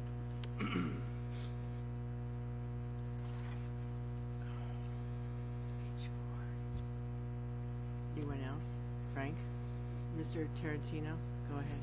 Yeah, I echo what Mr. Pike said. Excellent presentation, as always, Dr. Fulcher. A couple of questions. We had a coach from Bonita Vista High School say that his team went to San Marcos and then was confronted with racial slurs. Is there any kind of follow-up in a situation like that where someone gets together with the team and just kind of debriefs with them and gets how they felt and things like that? I mean, is there any kind of follow-up on those kinds of things that are brought across our attention? On occasion, there's follow-up. Typically, what we do, because we don't know about all these situations. Exactly. But typically, if there's a request made by the principal, the assistant principal, or someone at that site, it could be a coach through the principal, then we will put together a team and have them go out and address the concerns. It's the second incident I've heard in a few days. I also heard that the soccer team from San Ysidro High had an issue when they played a game last week in Ramona. So it's the second time I've heard of an incident occurring, and we always extend our services to school sites. Some take us up on it, and when they do, we're more than willing to go out and provide whatever support we can. Okay. The other question I had was around SSTs. Would you say that we're getting better at encouraging school sites to conduct SSTs on a weekly, regular basis, or are we still kind of fighting and pushing water uphill? It's always going to be a fight because finding time for SSTs is challenging. But I can honestly say to you that we're better now than we were last year this time. We provided training. We have some exemplary schools that we've invited people to go see. We've created a manual, an SST manual that people are utilizing. And we also get a fair number of calls on a weekly basis about not just the process, but how we can support the students. What are the services, what are the supports we have for our students? One of the reasons we created the resource guide is because we knew with schools having more SSTs, they'd want to know what services or supports were readily available. So definitely improving, but we're still not there yet. And my last question is, the harassment and bullying, is there a differentiation, or in the survey questions, is there differentiation between being bullied and harassed on campus versus via social media in their homes and via their phone? Yeah, there wasn't a lot of delineation in the results I showed you today, but yeah, there is a difference, and I think most people feel that there's more instances of cyberbullying than physical bullying. That's not true.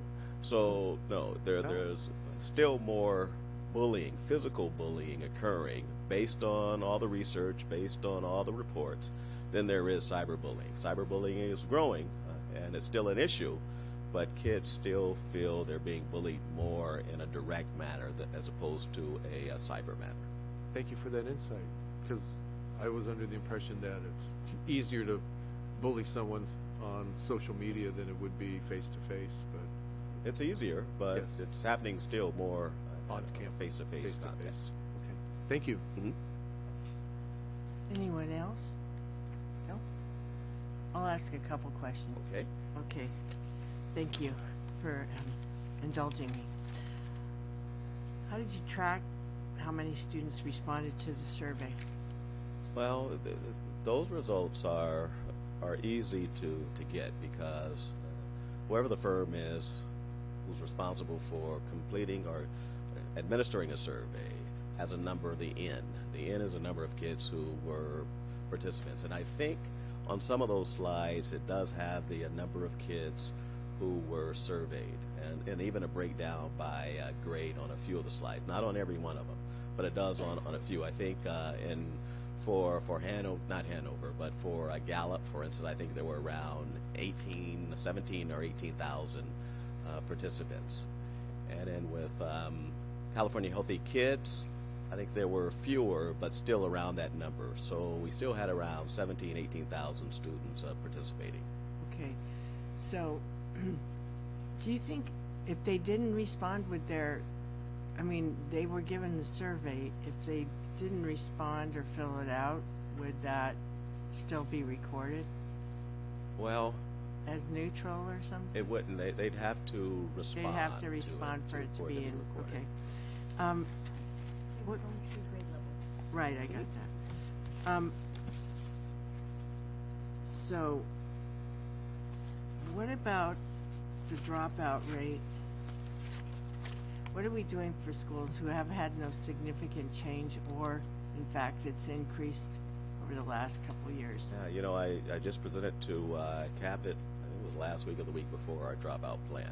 So we have a plan for dropouts, and I have to, at this point, give kudos to my team because I forget when the deadline was. We were working with Dan and the folks over at IT, but we spent an entire week calling over 500 families. And these were families of students who had separated from our district.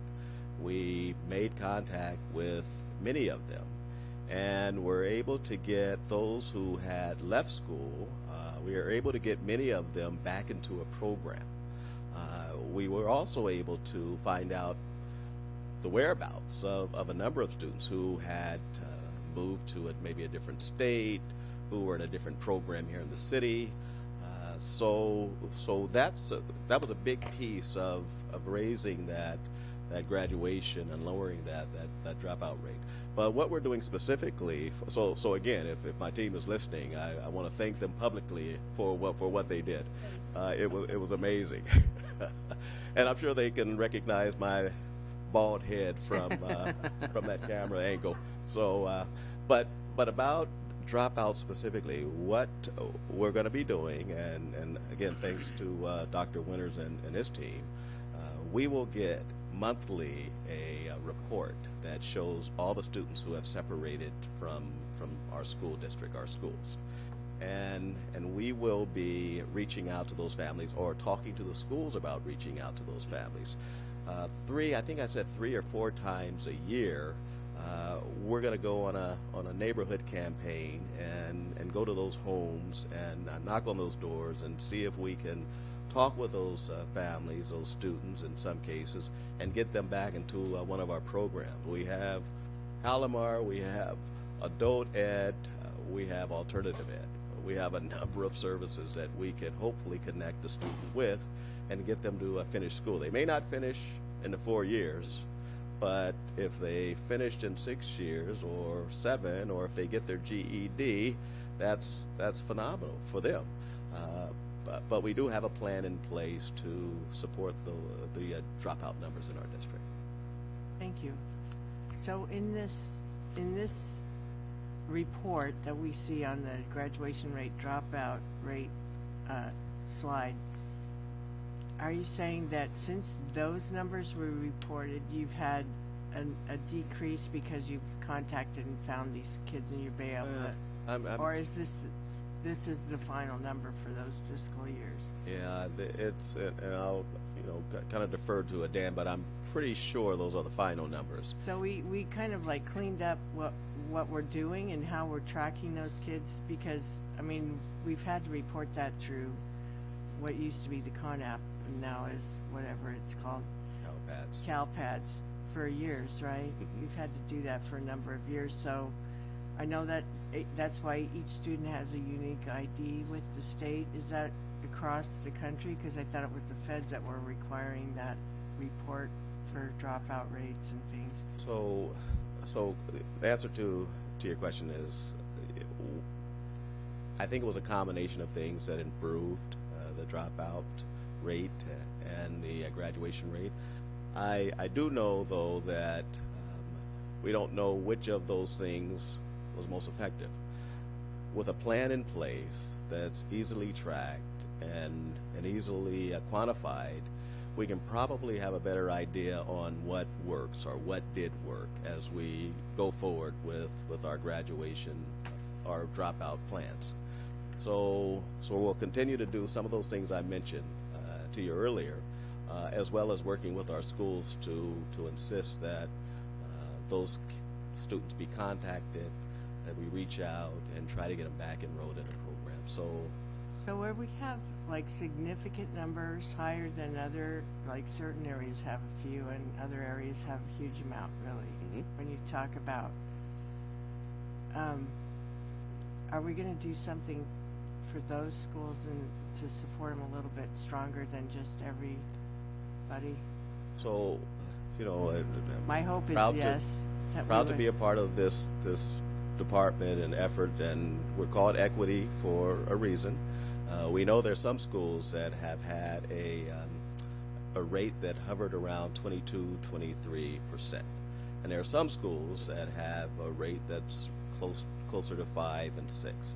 So it makes sense that we would send more support, or the needed support, I guess I should say, to those schools that have the 20+% grad dropout rate.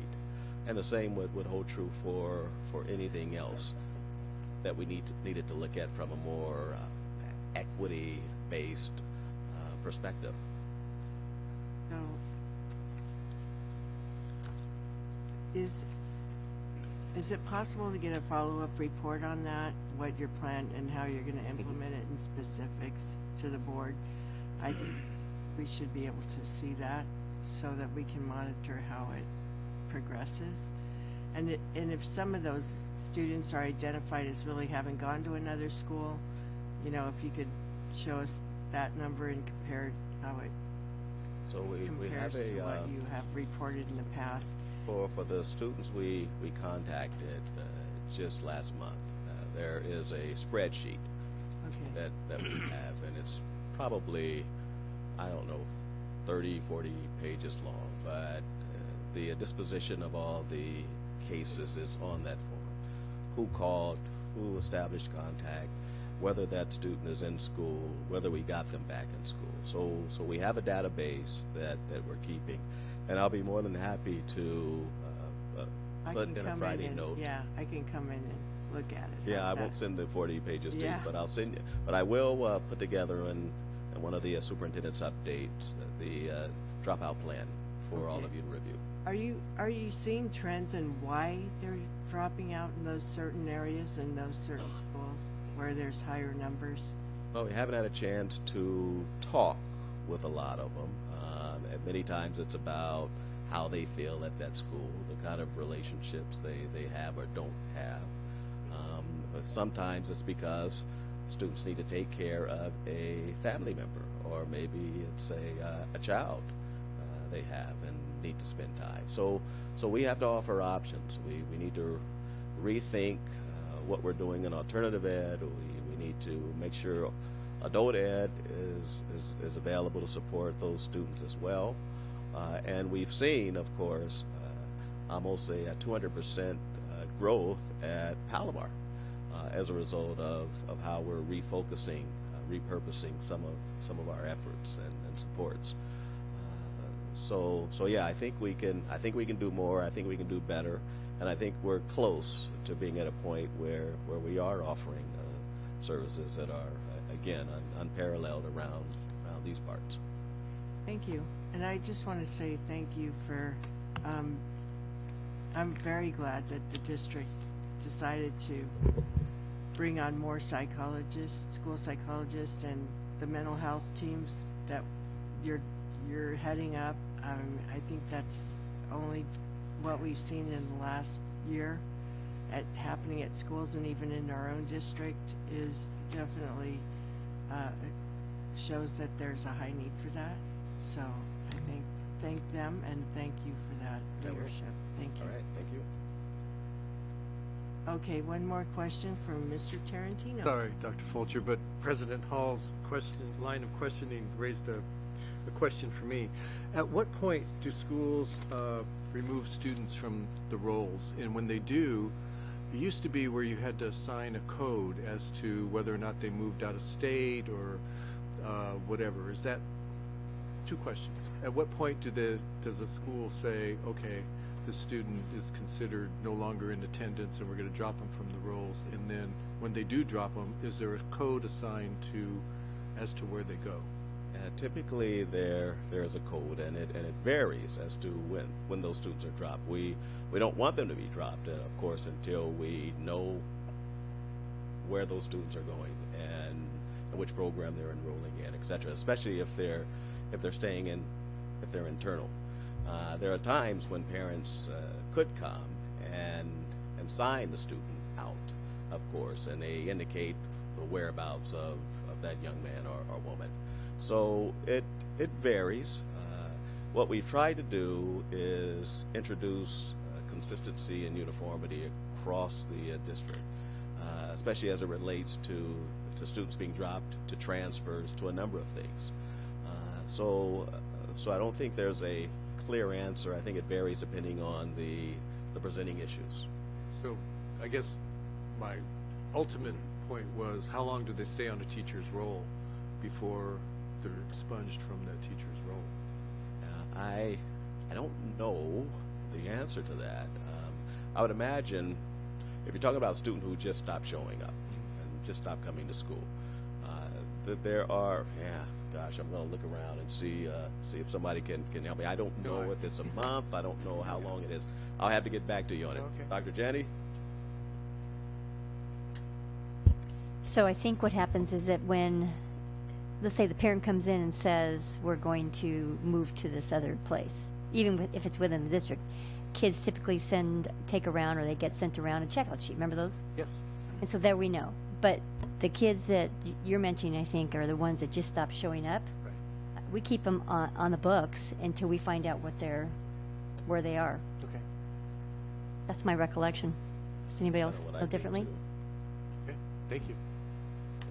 Thank you. Anyone else? That's it? All right. Thank you. Sorry, the only Dr. thing Fulcher. I also would add, though, is maybe that kid took that checkout around, but if we never get a request for their transcript or their files, they're still ours. Okay. Yeah. And I think that's requirement now, right, of ed code, the federal law, yeah. So, thank you. All right, so our next item is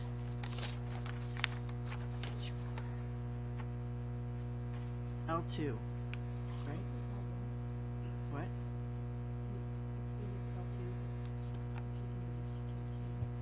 L2 is the next item that was pulled. Yes, by Mr. Tarantino. Right. I got their names. I just had a question regarding the list of academic tutors. Are these individuals the tutors that participate in the after-school program, or because there was a bunch of them? So between Dr. Glover and Ms. Alvarez, they'll respond to that. Thank you, Mr. Tarantino. The academic tutors are the new job description we created that encompasses both tutors for academic programs and which be known as avid tutors. Oh. So we expanded the job description in order to fill the need. Thank you. That's it. That's it. Thank you. That was it. So there are employees, not hired by the consultant. Outside agencies. Like that. All right. Is that it? I'll entertain a motion for L2. I'll make a motion. Second. Seconded. Solis. Okay, motion by Pike, second by Solis. Would you call for the vote, please? Solis. Yes. Segura. Yes. Tarantino. Yes. Pike. Yes. Hall. Yes. Motion passes 5-0. M1? I have two speakers, Nick Marinovich.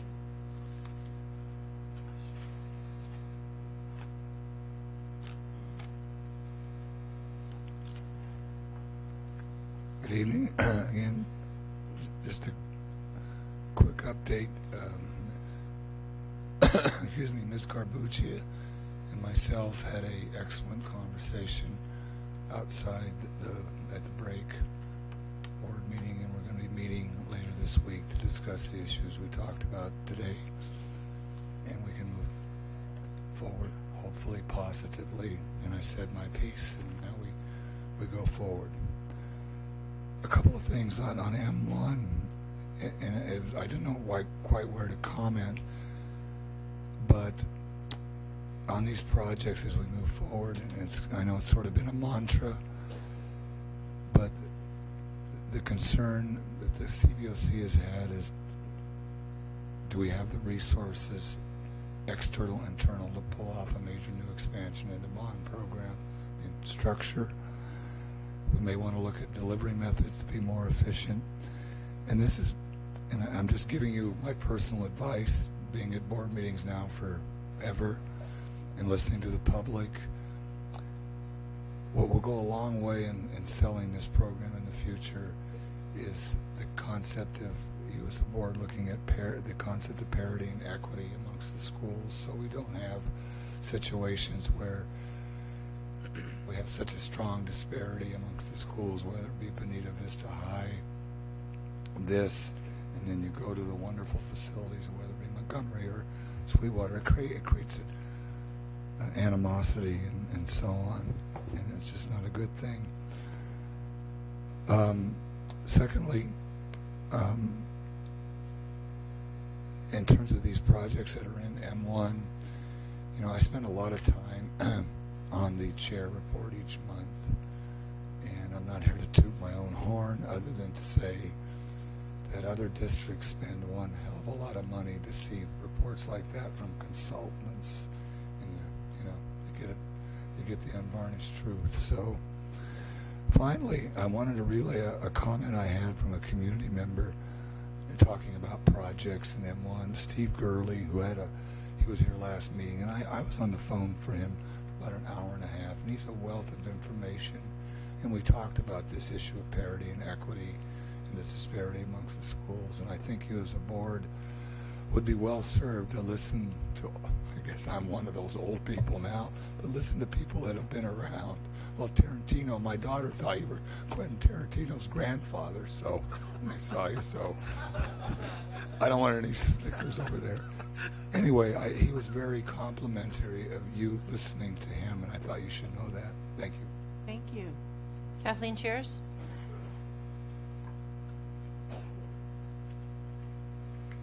If you look at section 3, if you look at page 1 of 6, I'd like you to take a look at Bonita Vista High School.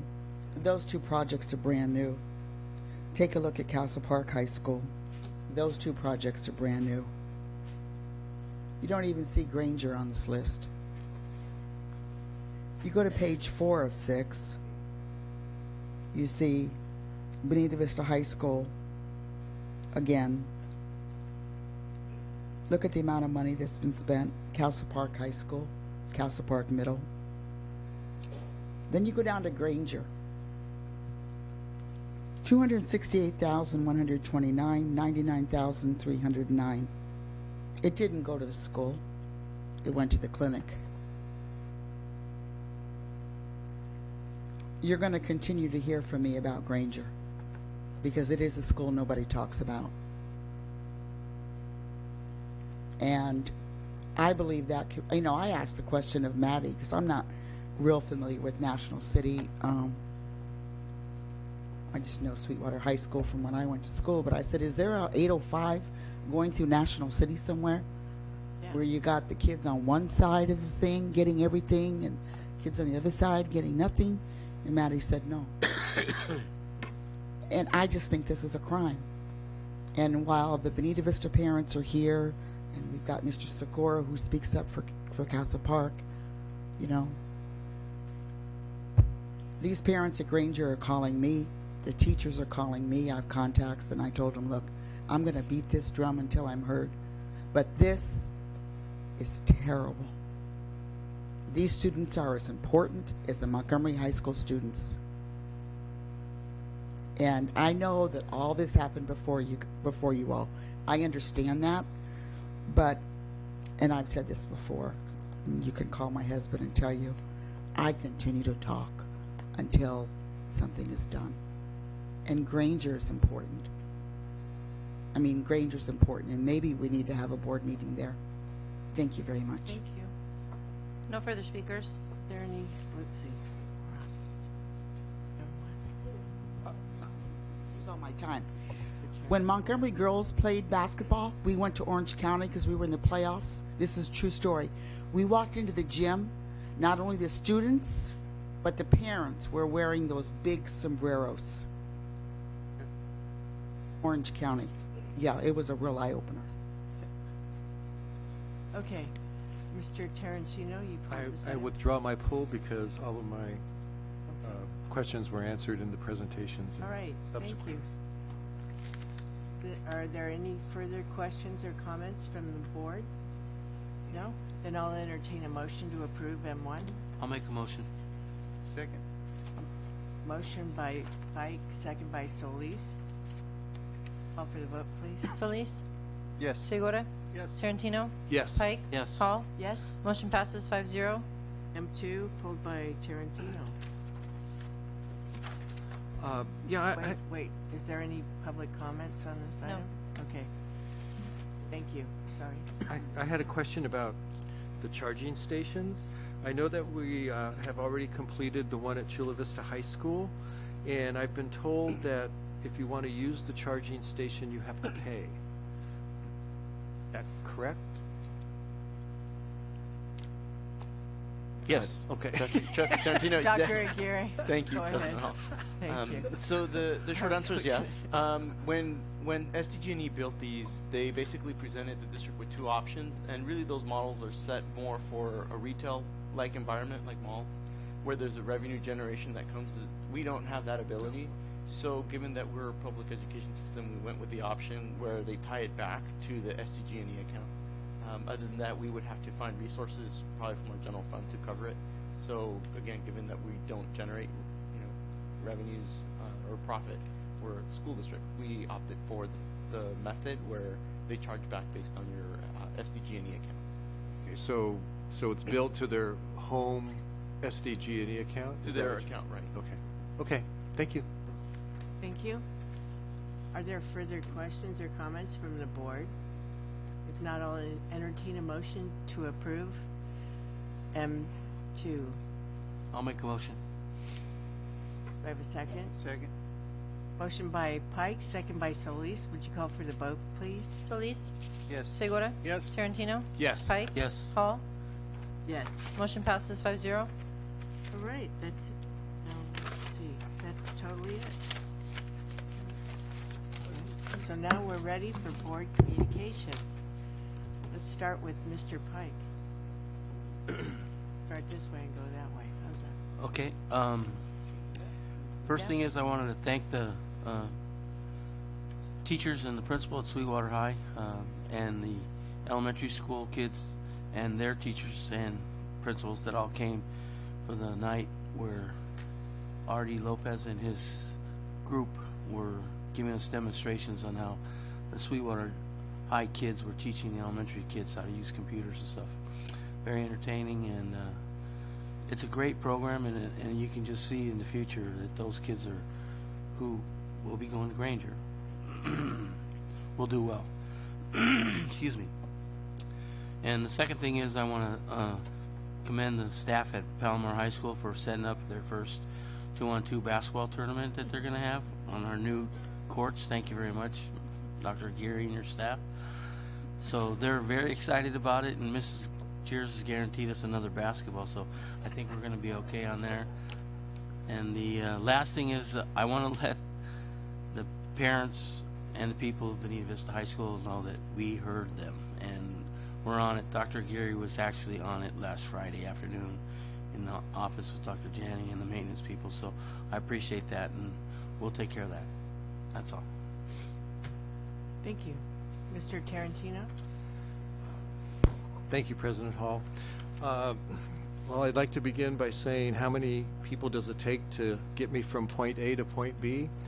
It takes a village. I want to thank Deanne and Karina and Mr. De La Calzada for helping me find my way to the Scale Matrix facility. I think it would be easier to find Area 51 than that facility. And after I was searched and blindfolded, and they took some DNA, and then I think I got a microchip behind my ear. Let me tell you, that place is amazing, and I had the privilege of meeting what I would call the hidden figures of information technology. The four gentlemen that I met, when I met them, I thought they were employees of the Scale Matrix facility. I didn't know who they were. David Chavez, Leo Picard, Alan Ritchie, and Roland Medina. Let me tell you, these guys are the EMTs of our information technology system. They are on call 24/7.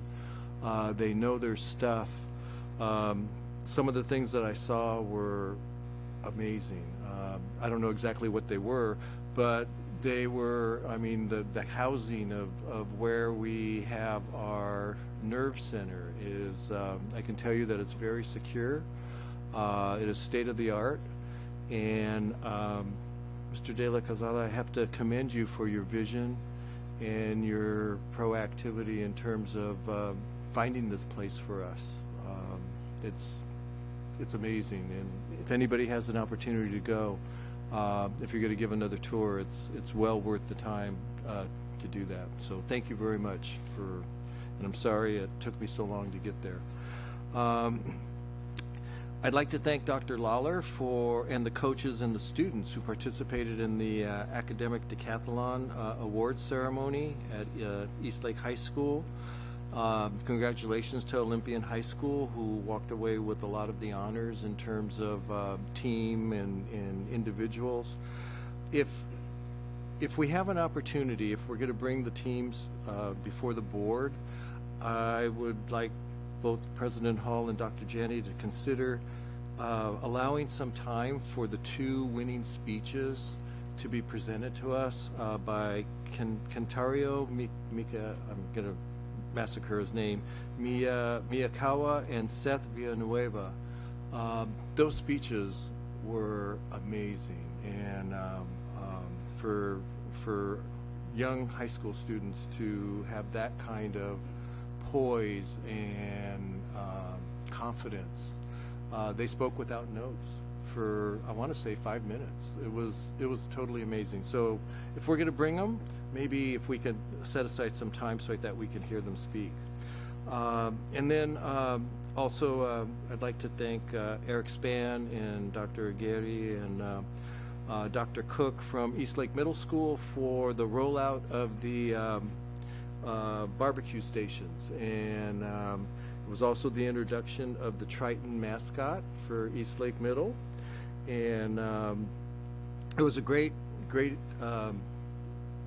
opportunity for students to have input, because I understand that the Student Senate had some opportunities in terms of what kinds of foods they would like to see, and it was Mr. Spann who made that happen. And of course, this was all in response to parent concerns that students weren't able to eat within the amount of time because there weren't enough stations for them to get the food. So again, well done, and thank you very much. That's it. Thank you. Mr. Segura. Thank you, Madam President. So I was able to attend the coding club presentation at Suhai. That was really well done, and the best part was that it was the kids doing the presenting and actually walking up to their laptop and you asking them what's your program, and they had a number of them, and it was quite rewarding to see how proud they were of the program, whether it worked or not. It was great, and I got a real kick out of a number of programs that I saw the kids create. I went to the Southwestern College. They had their dedication for their National City building. They got a brand new wing there, so I know a lot of our students go there. So they're going to have a really nice medical and nursing facility. I don't know if you've toured it, but it's really worth it. It's a beautiful building, and I saw a number of other electeds there, and it was quite a show. And I've been attending a lot of soccer matches. My daughter's at Castle Park High, and they won their quarterfinal game, and now they are in the semis tomorrow, and I guess it's supposed to really rain. Do they play soccer in the rain around here? Yeah? Okay, good. I didn't know that was a legitimate. And so they're at home. They're a number one seed, so they're at home until they win. And I guess the finals are at home too. I don't know, but I've been going to a lot of those games, and it's been fun. And that's the end of my report. Mr. Solis. Thank you, President Hall. Yeah, I just wanted to mention I also attended the Coding Club Showcase. I took my girls because I wanted them to see it, and they were very entertained. And the way that the students actually, a couple of their friends from Central Elementary actually showed them how to play the game that they created, and they were really. I didn't have to like really babysit or anything. They were being taken care of. Yeah. Well, at the beginning, yes, but afterwards they had a lot of energy. But they were pretty excited, and it was fantastic. I got to speak to a young man named Oscar, and he was one of the students that was helping the younger students from Suhai. He was one of the students helping the elementary school kids, and he was asked a question about how he got into the program and what he liked about it, and his answer was amazing. He said he said it better than I will, but he just said that he thought it was a great opportunity to help those young students that have that same love for computers that he does, and it helps him become a better person, and it strengthens him and his programming because he's able to teach these kids. And the way he said it was much more eloquent than that. I wish I could have recorded him, but it was just amazing and shows the great students that we have. And also, I wanted to mention that Mrs. Kayla Cheers is trying to raise some money for a couple of students, more than 10 students that are trying to go to prom and grad night. So she started a Venmo account. So any assistance would be great. She's trying to raise $2,000, and she's going to show proof of a purchase, so she's not. But I think it's great, and thank you, Mrs. Cheers, for sending that to me. And I would like to end with sending my condolences to the Charles family, and she made a big difference to a lot of students and a lot of adults as well, and she's going to be greatly missed. Thank you. Thank you. Well, it's been a long couple of weeks, full of wonderful things with students. A lot of playoff games. You know that the cheer team at Montgomery High has made it to, I believe, the state level, right? State finals. And I went to a game between Chula Vista High and Mar Vista High's girls basketball team. It was so close. It was really, I mean, they play harder than I've seen a lot of varsity teams play. So they were really good. Unfortunately, Mar Vista lost. They couldn't both win or be a tie, but it was well fought. And Chula Vista did great. So tomorrow night I'm going to go to the CIF playoff game with Mar Vista High basketball team. They're in the playoffs. I saw a lot of announcements of some of our teams all over the place, all over our district, making in the finals or winning their leagues, and it's really wonderful. I'd like to give a shout out to all of them, but we'd be here for hours. So I'll just say in general that was great. I did go to the Academic Decathlon Awards, and that was really wonderful. And I'll tell you, I'm so impressed with Xavier Balladera because he is everywhere still. That kid is amazing. And he's so enthusiastic, and he's such a leader that I am so proud of him. I mean, I'm not related to him, but I think our district has every right to claim some of that, that because they've poured so much into him, and he has really risen with that, and I think that's wonderful. So what else did I do? I've done a lot, so I can't really talk about everything that's gone on, but tonight was the State of the City address at Imperial Beach, which I'm sure that we had some representation there. I did send Mayor Dedina our wishes and our thanks for his involvement and the city's involvement, and I know Council Member Robert Patton has spoken twice at here at the board meeting, and then the night we had the community meeting out there with the pools and the parents, and it was a large crowd that was really and the students were amazing what they said. They said, I don't know where people think that education is failing students, because the students that when you hear them speak, they are thinking, they're really amazing, and I have great hopes for our coming generations because of that. And I know that it's the education that we provide in public education that has done that for so many of them. So I just wanted to give a shout out to everybody in our district that works really hard to make a difference for students. And that's all. Thank you. And meeting is adjourned.